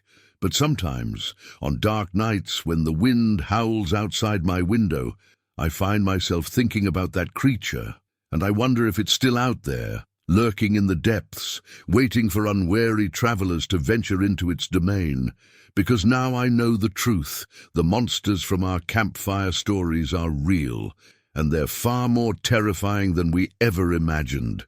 Story 21. The moment I saw those bones scattered across the cave floor, I knew we'd stumbled into something far more sinister than a simple climbing accident. What had started as an exhilarating alpine expedition quickly descended into a nightmare that would haunt us for the rest of our lives. My name's Mike, and I've been climbing mountains for over a decade. I thought I'd seen it all. Treacherous ice fields, sudden avalanches, even the odd encounter with wildlife. But nothing could have prepared me for what we found in that cave high in the Cascade Mountains. It was supposed to be a routine 3-day climb. Just me and my 2 climbing buddies, Sarah and Tom. We'd tackled tougher peaks before, but this one had a reputation for unpredictable weather. Still, the forecast looked good, and we were all experienced enough to handle a little adversity. The first day went smoothly. We made good time up the lower slopes. the late summer sun warm on our backs as we climbed. By evening, we'd reached our planned campsite, a small plateau with a breathtaking view of the valley below. As we set up our tents, Sarah pointed out a dark opening in the rock face about 100 yards from our site. "Ah, look," she said, "a cave. Might come in handy if the weather turns." Tom and I nodded, making a mental note of its location. Little did we know how prophetic Sarah's words would turn out to be. The storm hit just after midnight. One moment, the night was clear and star-filled. The next, we were being battered by winds strong enough to flatten our tents. Rain lashed at us as we hurriedly gathered our gear, shouting to be heard over the howling gale. "The cave!" Tom yelled, pointing towards the dark opening we'd spotted earlier. It was our only option for shelter, so we made a run for it, our headlamps cutting weak paths through the driving rain. We burst into the cave, wet and gasping. The silence after the roar of the storm was almost deafening. Our headlamps revealed a spacious cavern, the ceiling lost in darkness above us. "Well," Sarah said, trying to inject some humor into the situation, "this is cozy." We set up our sleeping bags and tried to get some rest, the storm still raging outside, but sleep was elusive. There was something about the cave that felt off. The air was too still, the silence too complete. Even the sound of the storm seemed muffled, as if the cave was somehow insulated from the outside world. I was just starting to doze off when I heard it, a faint sound coming from deeper in the cave. At first, I thought it was just the wind echoing through the rock, but as I listened, I realized it was something else, something that sounded disturbingly like whispering. "Hey," I whispered, nudging Tom. "You hear that?" He sat up, cocking his head to listen. After a moment, he nodded slowly. "What is that?" We woke Sarah, and the three of us sat in silence, straining our ears. The whispering continued, rising and falling like a tide, just on the edge of comprehension. "It's probably just the wind," Sarah said, but her voice lacked conviction. As if in response to her words, a gust of cold air swept through the cave, extinguishing our lantern and plunging us into darkness. In the sudden blackness, the whispering seemed to grow louder, more insistent. We fumbled for our headlamps, the beams of light doing little to dispel the oppressive darkness.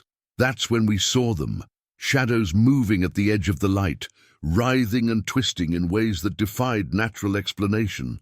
"We need to get out of here," Tom said, his voice tight with fear. But as we turned towards the cave entrance, we realized with growing horror that we couldn't see it. Where there should have been an opening leading to the stormy night outside, there was only solid rock. Panic set in. We searched frantically for the entrance, our hands scrabbling against cold stone, but it was as if the cave had sealed itself, trapping us inside. With no other choice, we decided to press deeper into the cave, hoping to find another way out. We moved slowly, our headlamp beams sweeping across the rocky floor. That's when I saw the first bone. It was small, maybe from a rabbit or some other cave-dwelling creature. But as we moved forward, we found more, larger bones. Bones that looked disturbingly human. "Guys," Sarah said, her voice barely above a whisper, "look at this." Our lights fell on what she'd found, and I felt my blood run cold. It was a backpack, tattered and weather-beaten, but clearly modern, and next to it, a climbing harness, the metal clip still shiny, despite a coating of cave dust. We weren't the first people to get trapped in this cave. As that realization sank in, the whispering grew louder. It was all around us now, a cacophony of unintelligible voices that seemed to be coming from the very walls of the cave. Then, suddenly, our headlamps began to flicker and die. One by one, they winked out, plunging us into a darkness so complete it was like a physical presence. In that moment of total blackness, I felt something brush against my arm. It was cold, far colder than the cave air, and it moved with a purpose that spoke of intelligence. I shouted, stumbling backward. I could hear Tom and Sarah yelling too, their voices tinged with terror. We huddled together, backs pressed against each other, facing outward into the impenetrable dark. That's when we saw them. Eyes. Dozens of eyes, glowing with an eerie, phosphorescent light. They floated in the darkness, blinking and shifting, surrounding us on all sides. And the whispering, it wasn't whispering anymore. It had risen to a fever pitch, 1,000 voices all talking at once in a language that hurt my ears and made my head spin. I'd like to say we fought, that we faced whatever these things were with courage. But the truth is, we ran, blind, terrified. We ran through the darkness, our hands outstretched, bouncing off cave walls and stumbling over unseen obstacles. I don't know how long we ran. Time seemed to lose all meaning in that lightless hell. But suddenly, miraculously, we burst out of the cave and into the storm-lashed night. We didn't stop running until we reached our camp, collapsing onto the wet ground, gasping for breath. As the adrenaline faded, we looked at each other in the grey light of dawn, seeing our own terror reflected in each other's eyes. "What? What was that?" Sarah asked, her voice shaking. Neither Tom nor I had an answer. We broke camp in silence, our earlier enthusiasm for the climb completely forgotten. All we wanted now was to get off this mountain, to get back to the world we understood. As we descended, I couldn't shake the feeling that we were being watched. Every time I looked back up the mountain, I half expected to see those glowing eyes staring back at me. We never spoke about what happened in that cave, not really. How could we? Who would believe us? We told the authorities about the backpack and harness we'd found, suggesting they might belong to missing climbers, but we left out the whispers, the eyes, the impossible darkness. Some things are too terrifying to be spoken aloud. I still climb. The mountains still call to me, their peaks still promise adventure. But now, when I pass a dark opening in a cliff face, I hurry by. And at night, when the wind whistles around my tent, I can't help but listen for whispers, because now I know that there are things in this world that defy explanation, things that lurk in the dark places, waiting. And sometimes, if you're very unlucky, you might just stumble upon them. So the next time you're in the mountains and you see a cave mouth yawning in the rock face, think twice before you enter. Because not all caves lead back to the light. Some lead to places we were never meant to go, to truths we're not equipped to handle, and some secrets, once discovered, can never be unknown. Story 22. The moment I found the shredded tent, I knew this wasn't going to be a routine missing persons case.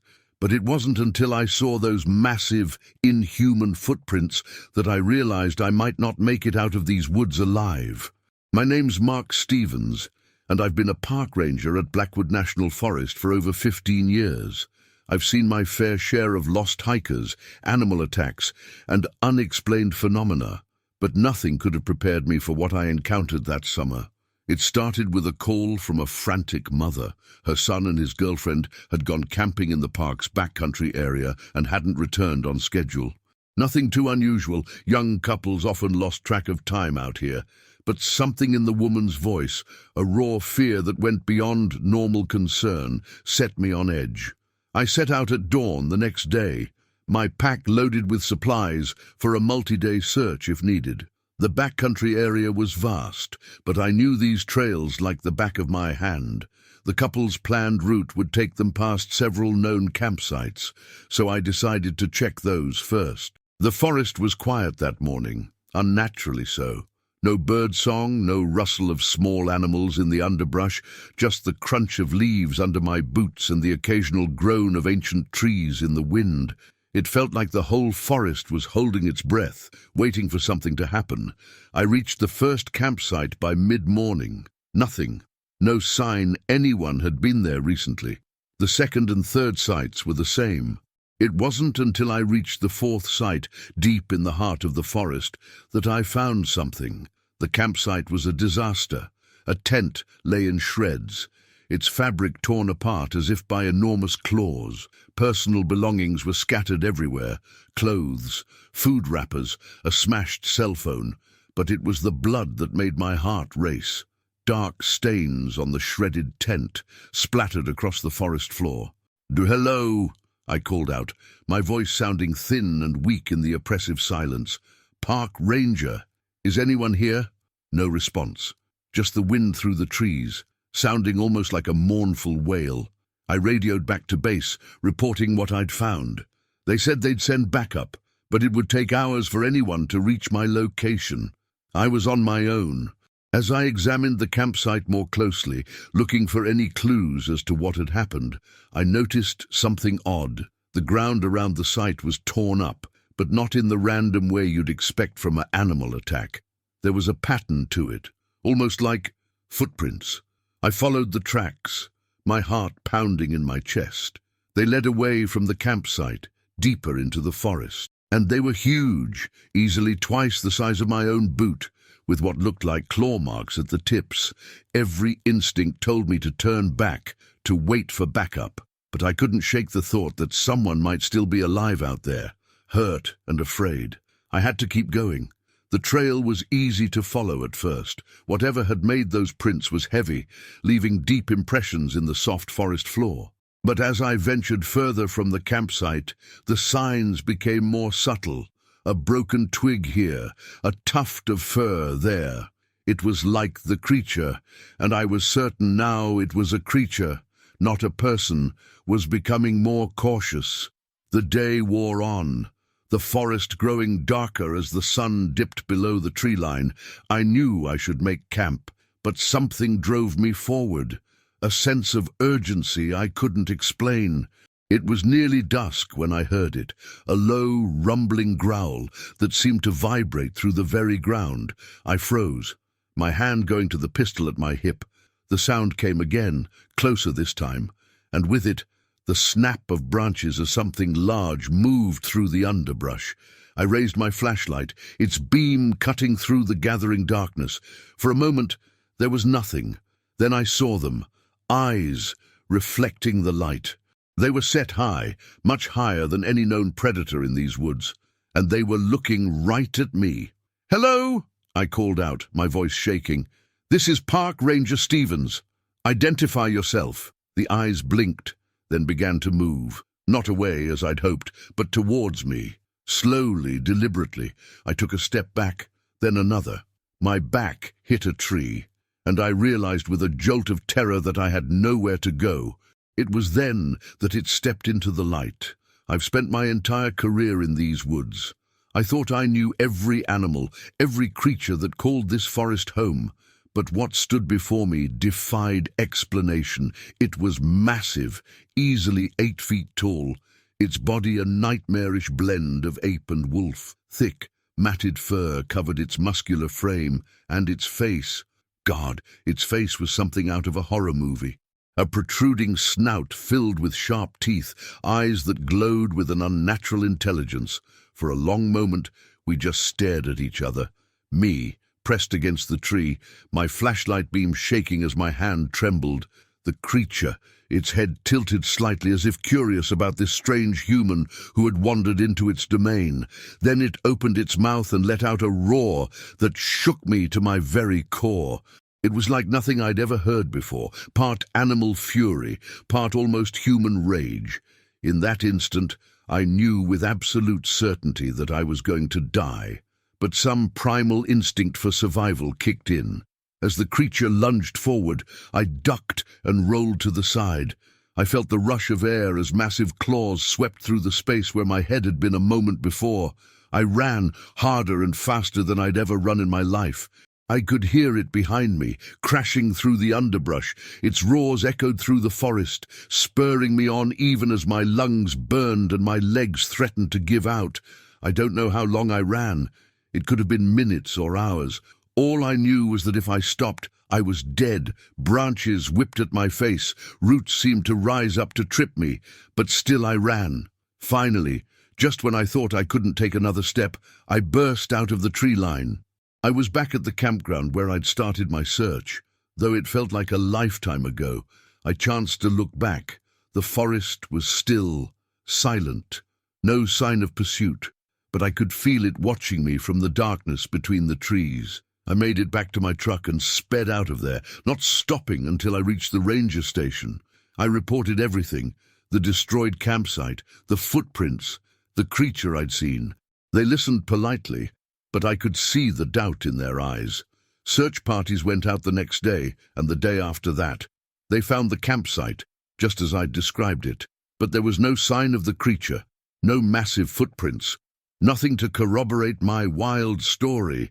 The official report chalked it up to a bear attack.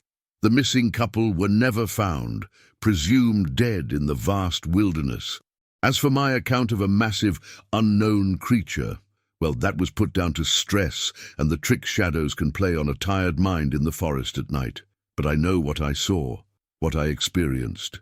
I still work as a park ranger, still patrol these woods.